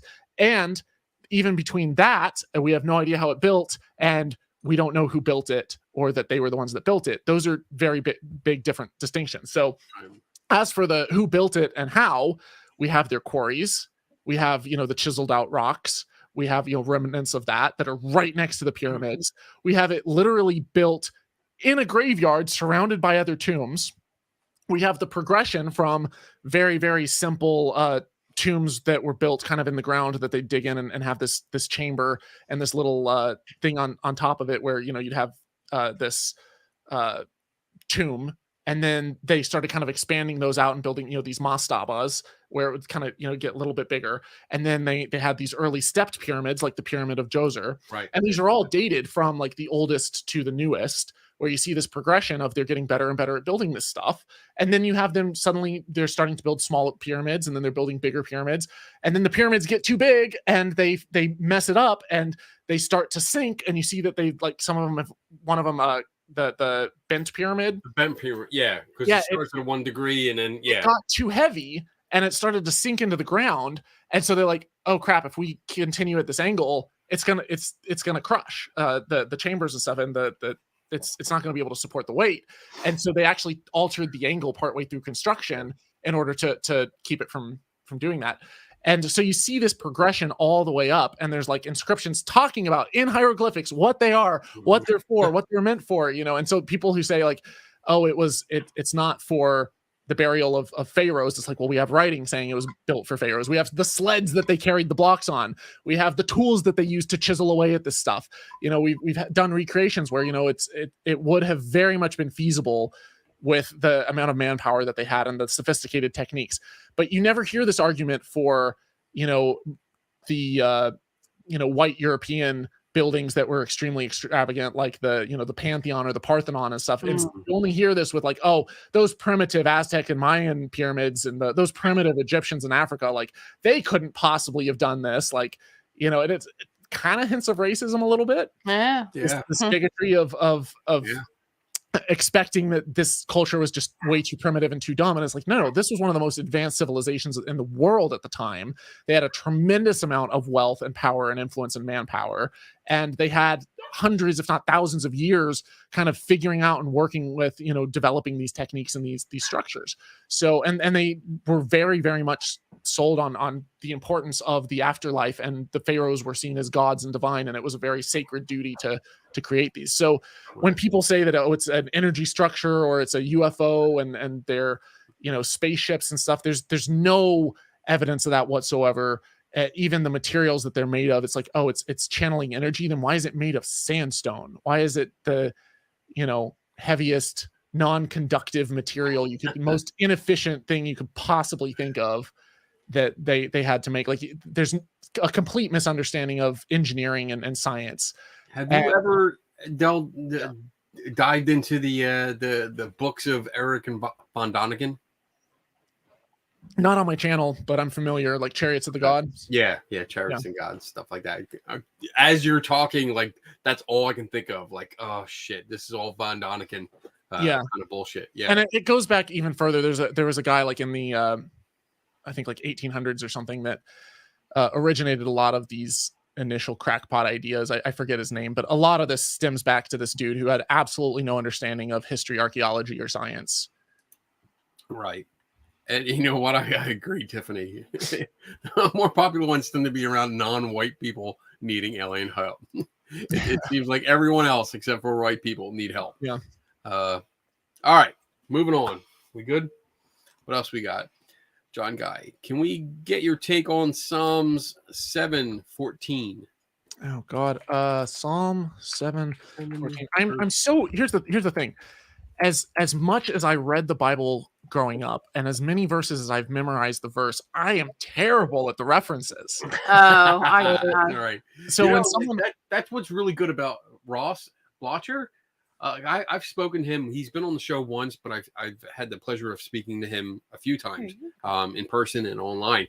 And that guy, holy shit, dude, he is like a Bible in his head. He's got all the verses. Everything is right there. Go ahead. I'm sorry. Behold, the wicked man conceives evil and is pregnant with mischief and gives birth to lies. Yeah. Behold, an evil person, I've got in the NASB, an evil person is pregnant with injustice and conceives harm and gives birth to lies. I don't know what I'm supposed to comment on it. I mean, here's the thing. Psalms is a collection, right? It's a collection of kind of poetry and songs and stuff that was crafted at various points in time. And it's people talking about God, talking about evil, talking about all kinds of stuff. To say that Psalms are divinely inspired and not just a songwriter or a poet just jotting down things and their struggle and the way that they see things, to me I think is a stretch. But an evil person's impregnant with injustice, okay, cool. Yeah. Use harm and gives birth to lies. I'm not sure what the question specifically.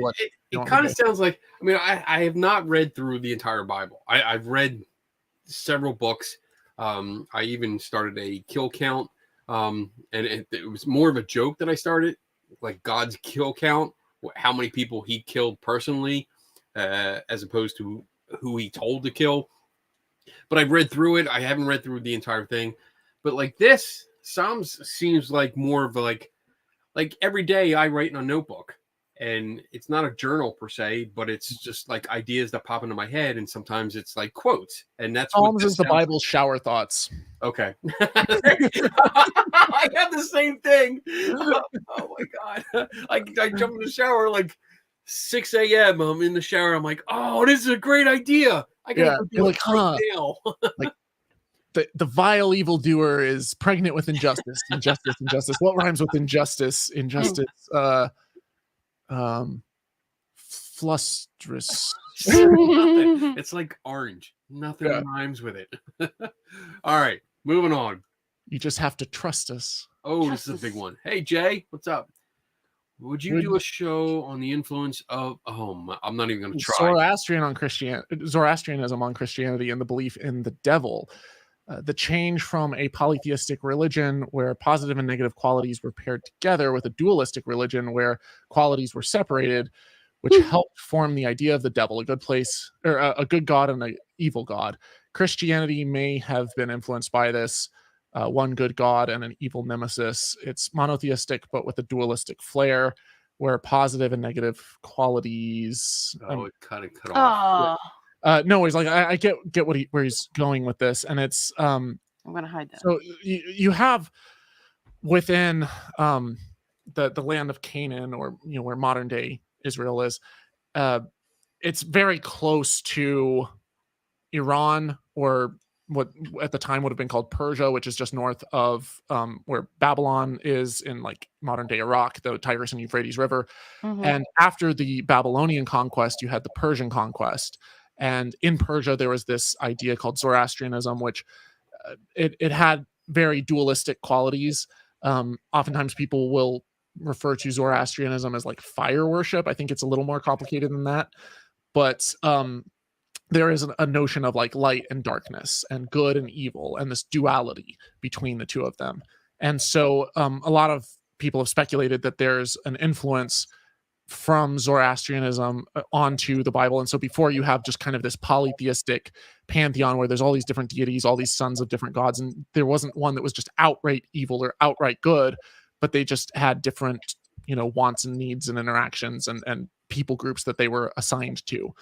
And then after the Zoroastrian influence, you do see this kind of shift in the Bible to, you've got Satan, who's this, he's gone from just kind of this dude kind of coming and going in the council and trolling Job to all of a sudden he is the source of all evil, all darkness, all everything. And that's bad. And you have hell, and then you have heaven, and you have God, and it's this perfect, entity, and there's this almost yin and yang. And so whether or not that came directly from Zoroastrianism or had some influence on it, I could potentially do a video on that in the future. I know that Dr. Andrew Henry over at the Religion for Breakfast channel has done a video on Zoroastrianism. I would definitely recommend checking that out. I don't have a plan to do a video on that just yet. I would need to research it more because I'm not as well versed as I could be. Cool. Okay. Man, I love this. I love this. He's doing all the talking. Yeah. I love this kind of show. John Kennedy, where is Yahweh on the council of the gods? Is it true he wasn't the highest god? Not to the later Israelites. he was the highest god to the later Israelites. Yeah, it's from my understanding of it, he was not the highest ranked in the Canaanite pantheon. So, wow. So, like, how did he? And I'm talking as in characters here, because like that's how I see this. I see this as a big story with different characters. So, how did this character push his way to the top? Well, he pushed his way to the top in Israel. Okay. Among the Israelites, who that was, the god that they adopted. That was their all right. That's god, the one they picked. People group. And so if and you actually see one of the reasons that most historians will attribute to this shift is during the reign of King Josiah. There's a passage in the Bible that talks about how King Josiah he stumbles across these old texts, which people think might have been like the early Torah, or at least part of it, and reads through it and comes up with this idea that Israel is the chosen people of Yahweh, and that Yahweh has chosen them. And the reason that they've had all of these sufferings and all these problems and stuff is specifically because they have not been faithful to God. And so they wander, they stray, they follow other gods, and he gets jealous and allows their enemies to overtake them. Now, a lot of scholars think that much of the Bible was actually written around the time of King Josiah and compiled and put together around this time. Some of it predates it, but if that's the case, and it has this influence of the situation at the time, the political situation was the kingdom of Israel up in the north was more powerful historically. It was a bigger kingdom. It had more influence. There's a lot more evidence of this in the archaeological record. You have multiple mentions of the Israelite dynasty of King Omri and King Ahab. You see this lineage. There's mentions of him in various like Assyrian texts and stuff. And so, and there's battles, the Battle of Karkar. So you can kind of research this and see that like you have this kingdom up north that has a lot more influence, and then kind of the smaller kingdom of Judah. And they want to have more power and significance and bring people together and stuff. And you have people from Israel fleeing south when, they get overrun, and, refugees coming into Judah, and they're trying to make sense of this. And the way that they make sense of it is, all of these horrible things that are happening to us are because we have not been faithful to our God. And so they kind of construct this history to unite and to bring the people together, the people from Israel and Judah, and they kind of portray it as Israel, they were actually the bad guys because they followed these other gods. But as long as we remain loyal and faithful to ours, then he's going to prosper us and make us thrive and look after us. And so they lasted a little while longer, and then kind of sticking to this narrative, but eventually wind up getting overrun by Babylon and ending up in exile. At least the elites ended up in exile. So there's kind of a potential origin for like how Yahweh went from just kind of one of many gods to kind of slowly being the kind of prime top god. The other thing too is the kind of top god in the Canaanite pantheon was El, or Ale, just spelled El. And there's mentions of God in the Bible where he's referred to as Elohim, or he's referred to by names that kind of harken back to El, and it's quite possible that there was somewhat of a merging between the two, a merging of El and Yahweh at some point. Okay. I'm That's a interesting. member of the House of El. But I don't know if the exact theories about the merging, I don't know how much of that is consensus scholarship and to what degree. So I would not 100% take my word on that. Okay. Okay. All right. Your opinion. Moving on. We still got a lot of questions. Young Earth creationists often point to the Grand Canyon as proof to their beliefs. Can you elaborate on why this is and the real science behind it? And then he says, Hey, Ron. And then he says, referring To my question pertaining more towards Noah's flood. So the reason that creationists point to that as, I don't know if they point to the Grand Canyon as proof of the flood, but what they will say is that because there's no other, obviously the scientific consensus with the Grand Canyon is that it was carved out by water erosion over millions of years. And we see the rate that this erosion is happening. We see the layers that have all been laid down. There's very, very clear stratigraphic lines. We know how long it takes for these layers to build up, and then we see how they're carved in. And if you were to dig down anywhere outside of the canyon, you would still see those layers laid down in that same way. And so obviously this notion that it took millions of years for water erosion to carve out a canyon, it doesn't fit. That time span does not fit with the young earth creationist narrative. So they have to come up with another explanation. And the only thing that they can possibly point to is a flood of the gaps position, where it's basically, I don't know, but there must have been some great big cataclysmic thing that happened to explain this great big, natural monumental canyon, this rift. And so they appeal to the flood. And it doesn't fit the geography. It doesn't fit anything else, But yeah, there you have it. Okay. Cool. Next. Redman, what's up? What do you think of Revelations? I guess in general. Just in general, this is such a broad question. I think it was probably a guy that was sitting too long in the sun. You have in apocalyptic literature, a lot of times with apocalypticism, it's basically this idea of like a kind of a revelation of knowledge about times to come, about the end times. And this type of literature, this type of writing, this particular genre was not uncommon at the time, for people to write in this style. How it ended up in the Bible is beyond me. How people nowadays read it as if it's like this word for word description of the end times, and you're going to have, this Antichrist figure with, this mark of the beast and all of this stuff coming out of the sea. Like, to me, it's something that you would expect a stoner to get after, hitting one too many blunts. But yeah, I mean, a lot of it too, like you have to look at the time and the context. And I've heard some theories, like one particular theory is that the Antichrist was specifically referencing there's a way that you can take like numerical values of numbers and stuff. And it was very clear to the people who he was writing to at the time that it was a reference to Nero. If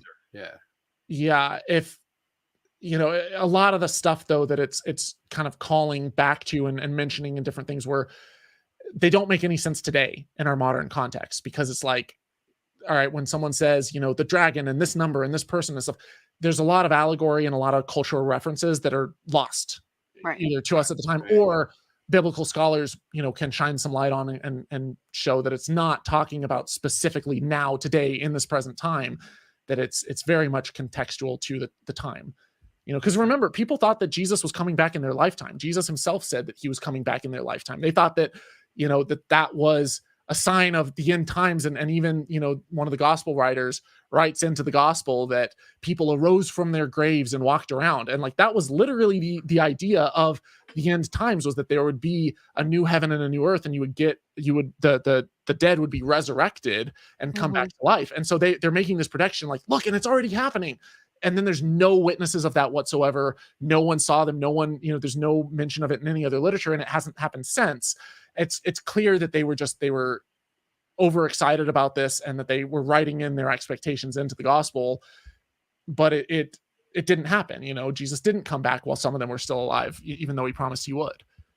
So you end up with people today misreading stuff and attributing things to modern times that wasn't meant to be written about today at all.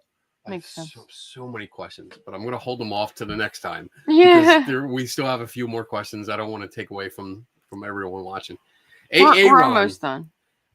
Says, what do you think of the archaeologist that made the claims of finding all the religious relics, such as the Ark of the Covenant and Noah door? I think he means Noah's Ark. Noah's Ark, yeah. I can't remember his name off the top of my head. I think it was Ron Wyatt. Ron Wyatt. Ron Wyatt's a complete nut. He has no archaeological training whatsoever. He's not a historian. He was a nurse, anesthetist. And he basically showed up like Indiana Jones in the Holy Land and pranced about looking for things that confirmed his biases. So he would, wander around basically relying on pareidolia, and he'd say, "Oh, that looks kind of like this," and then, say that it was that. That was he it. got caught on multiple accounts, basically making fraudulent claims. He got caught lying on multiple occasions. He has been, I did a really in-depth debunking of his claims about Sodom and Gomorrah. So I have a episode on my channel. It's a Nothing Fails Like Bible History, and I've got Ron Wyatt on the template. I forget exactly which episode it is. It might be like number 9 or something, but it's Sodom and Gomorrah part 1 or part 2. And he basically he bumbled his way through the Middle East and made all these claims. And I went and I actually visited his museum up, I think it's in Kentucky, the Wyatt Museum. He's dead now. But I went and I talked to one of the guys that they're still going like from that museum and going to the Holy Land and trying to like look for things and excavate stuff. And apparently Ron Wyatt claimed that he had gotten a sample of Jesus' blood on the Ark of the Covenant below where he claimed the cross was, and he got it sequenced, and it was like 22. So we normally have 46 chromosomes, right? He said that it had 24 chromosomes, that it was 23 from Mary and 1 from God. And basically it's the same number of chromosomes to the point where I'm convinced that it was actually that Jesus was a tomato.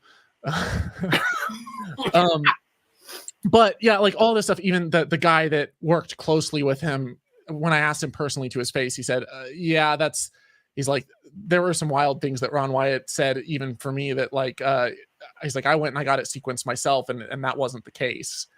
And there's stuff I've seen Egyptologists completely rip to shreds, the chariot wheels that he allegedly found at the bottom of the Red Sea.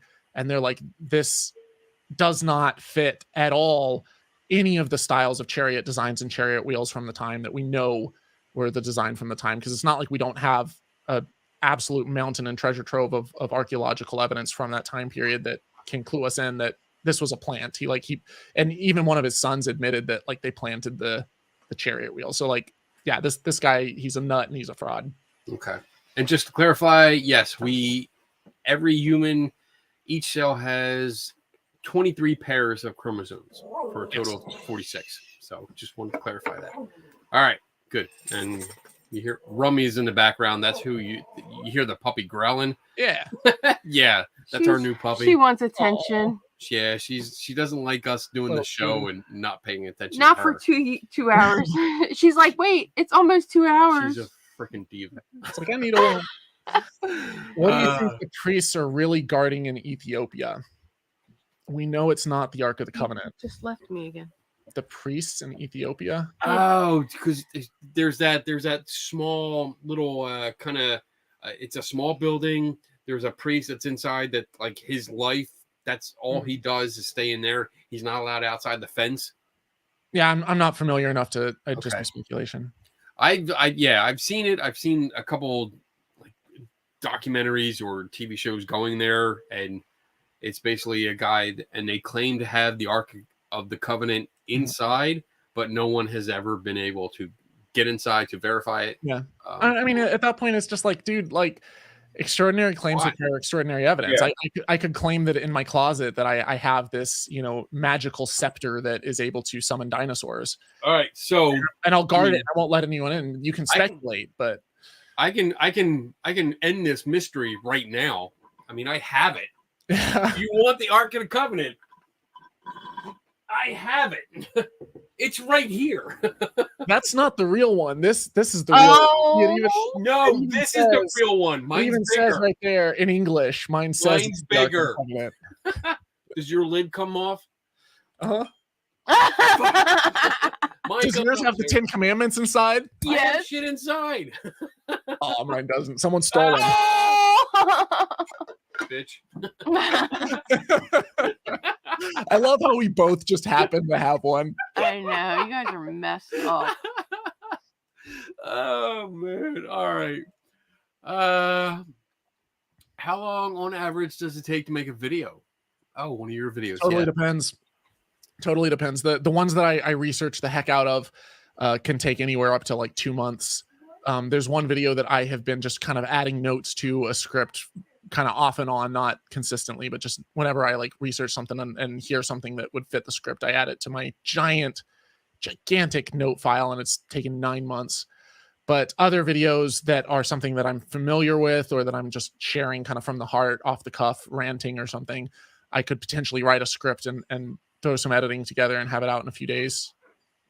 I totally agree. I mean, the videos that I do, I was doing them for my own YouTube channel. Now I do them for Skeptical Inquirer, but it's the same way. Like, you start one, and like sometimes you can bang it out in a day. You can have it done, edited, finalized, everything done in a day. Other times, like there's been ones I've been working on for months, and it's just like you said, like once in a while I'm able to obtain a piece of information or an object that I needed. Like I needed like a piece of equipment or something. And it might take months or even a year. And especially if you have to, find and track down certain references, do research online, and then order books and read all of the books, and then reach out to different scholars if they're still alive and ask their opinion. It's like that stuff can take a long time. Yeah. And then it's how much do you want to edit, and you got to get all the B-roll and everything. And it can very rapidly balloon. Yeah. I've done, so I one of the videos I've been doing or working on it's about the Brown Lady of Raymond Hall.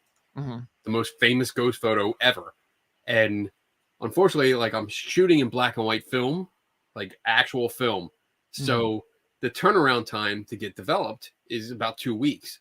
And so it's not like modern day digital cameras or your phone where you're like, you can see the results right away. I'm shooting with film. So I have to wait 2 weeks to see if I got the shots that I actually needed. Yeah.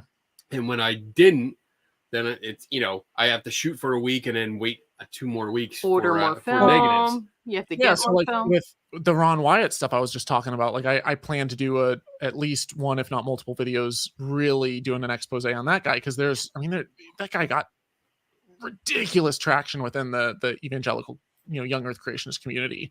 And people just spout it like, oh, there's this great archaeologist who went and he discovered all of this stuff. And somehow he found all of it. This one dude, this maverick, with no training and no experience whatsoever. And it's just that he was following the Holy Spirit and he was a man of God, and everyone else are just, trying to cover up and hide the truth because they're satanic scientists. But with that video, it's like I took an entire road trip up to Tennessee in order to go and visit the museum, do interviews, talk with them, get some of his material, like look through it, take footage. And I mean, I've been meaning to get that video out now for probably almost a year. And I even have right here in this little poop bag. Is a kind of dog walking bag. A doggy poop bag. Is clean. I have one of the samples. I don't know if you can see it, the white in the bottom of it. Yeah. But there's a site that he claimed was Sodom and Gomorrah, and says that he got these little balls of sulfur sequenced, and that it's very, very specific, special. You can't find it anywhere else in the world except for this specific place where it's, God raining sulfur from the sky. And he gave, I went in kind of pretending like I was a young earth creationist, believing all of it and wowed and amazed. And he's like, oh yeah, here, and like handed it to me. And I was like, okay, cool. So I plan to get it sequenced, not sequenced, but analyzed and see what the chemical makeup of it is. Wow, I love it. So I would like to get it sequenced, or not sequenced again. Like I would like to get it analyzed at the exact same lab that he sent it to. But that would be interesting. Yeah, keep it consistent. Yeah, absolutely. All right, cool. Got 2 more questions, right? Actually, one. Where are you on free will? I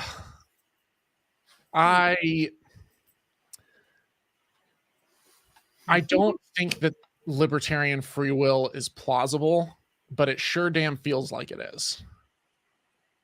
So I don't know how it would make sense that libertarian free will exists, but I have the illusion of free will. So yeah. And I think that honestly, if we're going to make the world better and be productive and go about our lives in a way that's not depressing, we have to approach from a purely utilitarian standpoint of like, what's the most effective, most efficient way to have a good, happy, successful life and stuff. We engage and behave in a way as if we do have choices, and our choices are libertarian, even if that is determined by me having that understanding. So even if I come into this thinking that like, hey, I have to act like free will exists in order to not be a complete slob and a bum and actually make these difficult decisions, if that's the reasoning, well, that idea came from somewhere, whether it was, genetics or my upbringing or something that influenced that. It's still something that is not my control or my, free choice, my libertarian choice. So I don't think that from a pure philosophical standpoint that I could say that libertarian free will exists, but I act as if it does. And I don't think that's hypocritical to say. I'd like to think all my choices are my own. Yeah. I mean, it's weird when you. How do you define your own? Right. Exactly. Like a product of your genes. Am I making the decision? Of your brain? Because like you didn't choose where your brain came from. Right. But I choose what to accept and what to refute. So in the moment, but what influenced those decisions? Like they were things outside of your control. Yeah, and they've also changed over time. They have evolved. They've evolved over time, and as more information comes in or influences comes in, my outlook, my worldview changes. So as decisions come in over time, if you ask me a question or to make a decision, just a general decision, if you ask me maybe 20 years ago and then ask me today, I can't guarantee it'll be the same answer, because over time you learn stuff, you learn more, you evolve, you adapt and appropriate more customs and beliefs or ideas, and you change your outlook. So it's like you are what you read. Yeah. I do. And yeah, we read books. I read a lot of books. I decide. I mean, I want to think that I decide what influences me. But am I deciding? Or am I just going with what I already think is good? I don't know. Well, that's a good question. Here's a couple of things that might kind of influence how you if we're approaching it from a standpoint of things that aren't outside or that are outside of your control. If one of the sperm was a little bit faster and let's say that it had slightly different DNA, and that the DNA makeup of that new zygote developed into a very different Kenny Biddle, who just so happened to have a slightly smaller than average amygdala inside your brain. Whoa. Whoa. Hey, I didn't know where that was going. Size matters. I didn't know where that was going. I feel embarrassed. But let's say what I'm saying is, Kenny, you have a very perfectly respectable sized amygdala. But let's say that hypothetically that by luck of the draw, your genetics, you're gifted or not so gifted with a smaller than average amygdala, and we know that is strongly correlated with psychopathy. If that was the case, it would be something entirely outside of your control that is leading you to have less of a emotional reaction or response to things. And so, all of a sudden, you maybe have less empathy or you have less compassion, for others and stuff. That would shape your decision and, your how you treat people. Your personality also is a product of your neural wiring. There's, the famous case is Phineas Gage, but there's been numerous cases since then. He was the one that had the railroad spike that shot through his brain. Oh yeah, shot through his head. And it damaged part of his brain and completely altered his personality. And there's been tons of cases since then where people have had either like a certain regional tumor that's affected their personality. There's, been people that have had brain damage or had their head hit in a particular way, and it's caused them to, have a completely different outlook or perspective or something. Is that an accelerated kind of, I mean, can we look at it as an accelerated evolution of personality because a traumatic event happened? Or maybe I would have gotten there maybe in a decade by myself. Well, I think that if, because here's the thing, it's not like they got hit in the head and it increased the rate of neurogenesis. It's not like all of a sudden there was this just huge takeoff or rapid aging of the brain. It's that an entire specific region, a focal area, all of these connections were severed or they were damaged or encroached upon. And so the brain had to do without that region. It had to rewire itself and do without the functions that region provided. So it's basically what this experiment is telling us is twofold. Is one, that these specific regions are responsible to our moods, or for our moods, our personalities, our feelings, our, how we perceive and interact with the world. All of these aspects of our human experience can be mapped onto the brain itself. Now, it doesn't mean that they're just focal to this one region. A lot of times it's interactions with multiple regions of the brain. It gets really complicated really fast.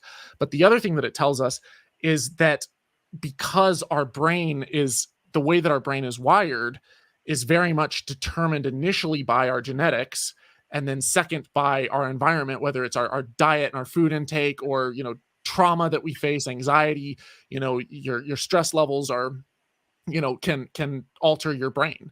Mm-hmm. And it can rewire your brain. The things that you interact with and do, like if you put a blindfold on a kid for the first 5-10 years of their life and then take it off before they ever had a chance to wire the parts of the brain required for sight, they will never learn how to see, even though they technically have everything to be there. Like they're in the critical stages of development. They'll lose certain aspects. And like there's all sorts of stuff like that I gotta go. If now that I say that last thing, I'm second guessing myself because I think I might have been misinterpreting a study, but look that up and fact check me. But there are things like that where, like, if you do not have a particular corrective surgery or procedure that's before a certain age, then a lot of times, like, your brain will not learn how to do certain things.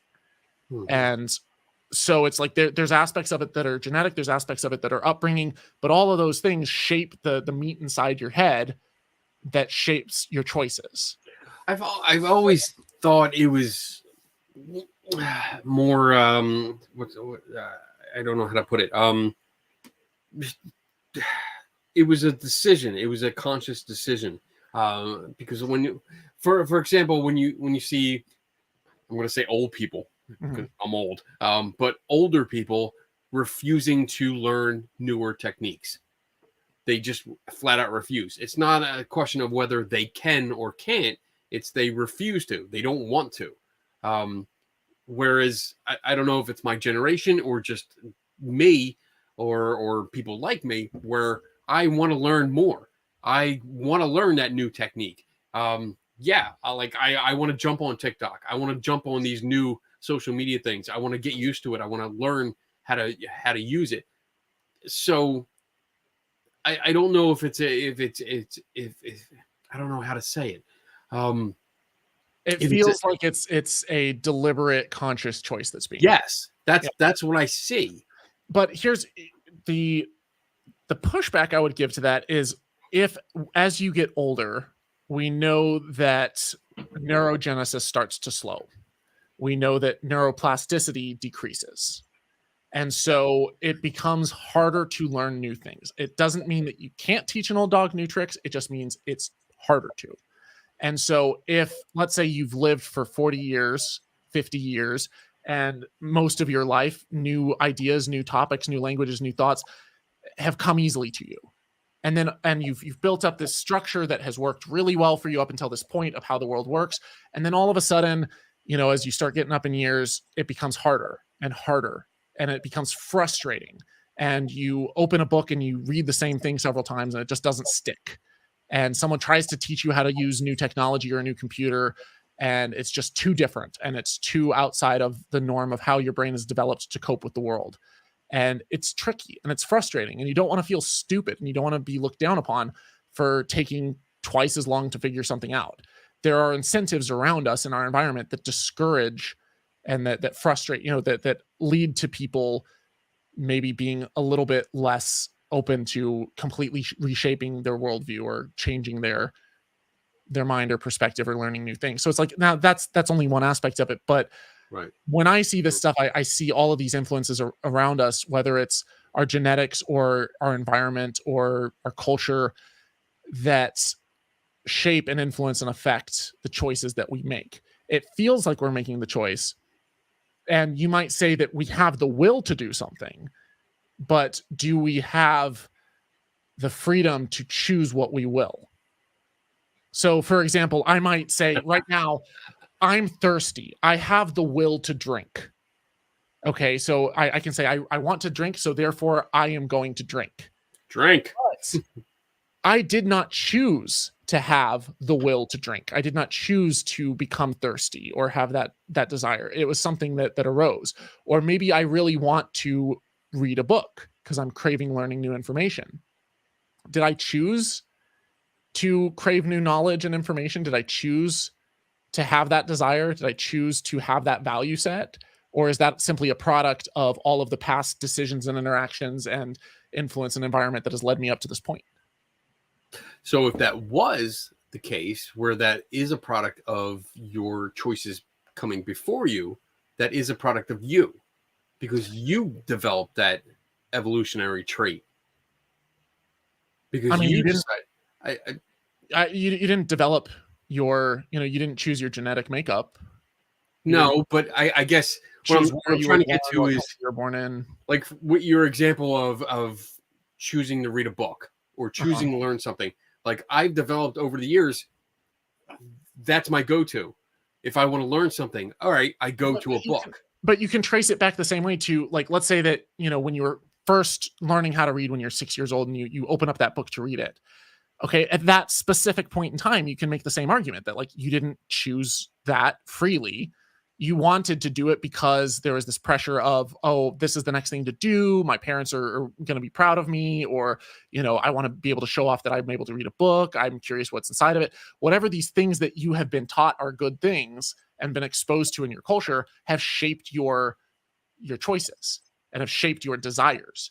And so those things, if they were outside of your control when you were 5, you could say, oh yes, all of my choices right now are shaped off of my choices then. And so I shaped me into who I am now. But you didn't have the libertarian freedom to choose what you chose when you were 5. So you can trace it all the way back to when you were first born. And so by that standard, is like, I'm saying you do have will, and you do have things that you desire, and you act upon the will that you have to do things. And it feels like you are making a free choice. But the freedom there in the purely free, completely free, like you just completely chose it, and regardless of any other influences, you would have always made the same choice like that. Or if you were to come back in time to right now with your memory wiped exactly to where it is right now, could you have chosen anything else? Damn, man, I love talking to you. Like I'm on the verge there. I'm standing on the metaphorical edge of, do I continue this conversation for another hour? I actually got to run, but There you go. What I would encourage though is like that thought right there is a potentially maddening road, like trip to nihilism, where you're like, oh my god, like then in that case, like I have no control, I have no say, like this is maddening, this is terrifying, like it's awful. Or you can go in the opposite extreme where you're like, I have no control, I have no say over it, that's relieving, none of this is my fault, it's liberating. But then it's like, okay, then are you on the one hand going to become so complacent that you're just lazy and like, oh, I have no control, why bother? Or hey, I have no accountability, so, I can just do whatever the hell I want and get away with it because it's just like, oh, it's outside of my control, I didn't have any say. Both of those are two very dangerous extremes. And I think that when you realize, hey, like, okay, maybe I don't have free will, I don't know for sure, but there's nothing indicating to me that free will exists. Even if you take quantum randomness into account, it's like, well, do you have a say over that quantum randomness, or is the stuff going on in your head just like rolling a dice and it's random? So it's not choice, it's randomness. Either way, whether quantum effects affect neurons at the macro level or not, either way, there's no place where freedom can come into play. You take that out from the Christian perspective to the soul and the spirit, and you're like, oh, the spirit is deciding. It's making the choices, and I'm like a puppet. It's like puppet strings, and it's sort of this mind-body dualism. Descartes kind of postulated this idea of there's two things, and it's the amygdala, or not the amygdala, the pituitary gland is where they interact, and there's no evidence for this whatsoever. But even if that's the case, if you have this spirit that's controlling it, you still have to explain the mechanisms by which that spirit has libertarian free will and isn't influenced by all of the things that it's experienced up until that point. And so you come back to the whole thing, full circle, which is why you have Christians and theists who believe in fate and predetermination, predestination. God has set this all out as he wills. And then there's Christians that say that we have a say in the matter. Either way, I think that the most effective and efficient way to lead the happiest, best possible life that you can is to ignore this question 100% altogether. You have free will, but know kind of deep down inside that there's not really any basis for that belief system. I totally agree, man. Ignorance was bliss up until 20 minutes ago. I'm sorry. I love it. We can go on and on. All right, so I'm gonna wrap this up because I know you gotta go. All right, so real quick, I just want to put that up, put Tiffany's statement up there. Thomas was my gateway into atheist skeptic community. So there you go. Thank you, Thomas, for that. Curious. Your journey has just begun. It hasn't ended. There you go. And the last question from Tiffany. It's my show. I do what I want. It's my free will. I will do what I want. Kenny's got free will. There you go. This is Kenny's will. It has been done. So therefore, you show the puppy cuteness. I show the puppy's cuteness when I want to.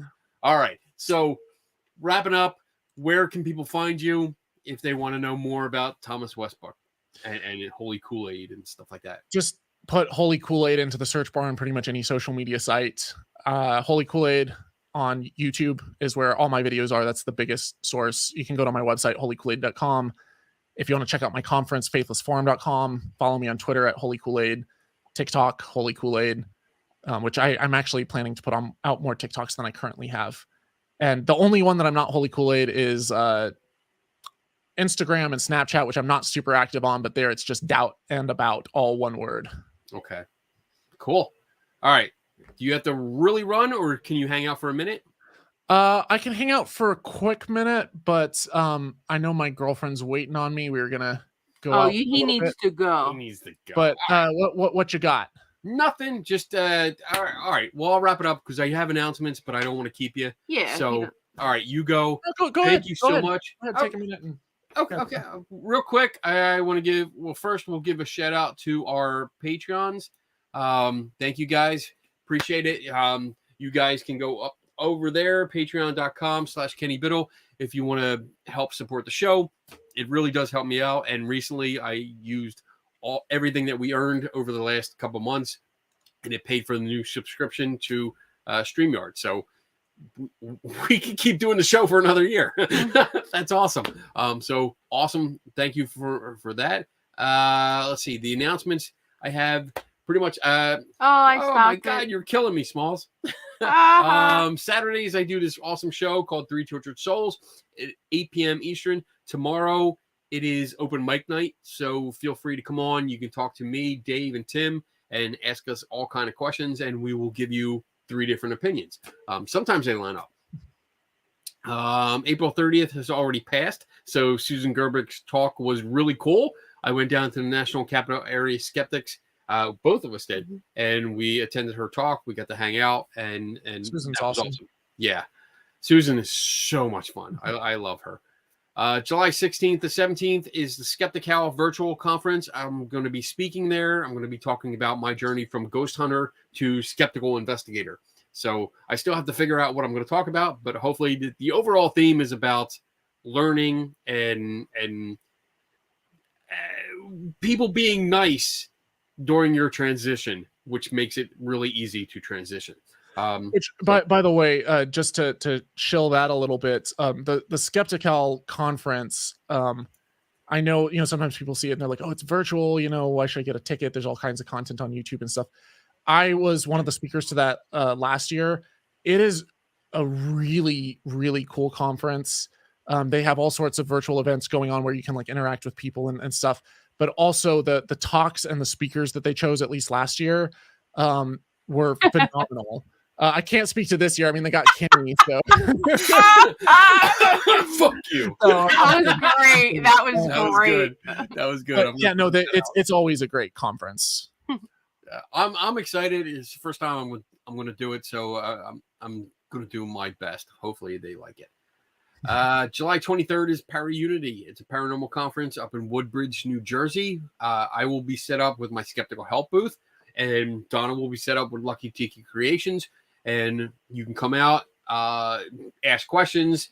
We can have discussions. I'm going to have some various toys like a dowsing rod, a rig that shows you what the ideomotor effect is. I'm going to have several other things that you can play with and literature. August 19th to 21st is Gettysburg Battlefield Bash, which is probably the most awesome party weekend that I ever go to. We have fun. Both of us will be out there. And same thing. Actually, instead of my Skeptical Help booth, all three Tortured Souls, me, Dave, and Tim will be there. So we're going to be doing a live show from the conference, and you can come out and ask us questions and put topics out there. And then October 20th to 23rd is SciCon in Las Vegas, Nevada. I will be out there. I'm speaking on the big stage this time. First time I'm going to be on the big stage. I'm freaking nervous, but we're going to have a good time. Because I'll probably be buzzed. No, you won't. No, I won't. If Robin or Barry is watching, no, I won't. There will be no rum in his cup. No, just tea. But that's it. Are SciCon tickets already available? Tickets? I don't know. I don't know if they went live yet. You know what? I'm gonna have to check. I really have to check because I don't. Tiffany just said at the very least, everyone block it out. Yeah. At the very least, block it out in your schedule, guys, because that is one of the funnest conferences. Yeah. It's very fun. I have a lot of fun. And we're going to be there, so. We're going to be there. So, just show up. But you get to mingle with everyone, and it's not like anyone is off, you can't get near them. You can go up, you can approach people, you can have conversations, you can just chat. It's really nice. It's a really good conference. They pull some really interesting speakers at that one. Yeah. And this is supposed to be a really good year. I got hints at the guest list, and I'm really excited about what's to come. So check it out.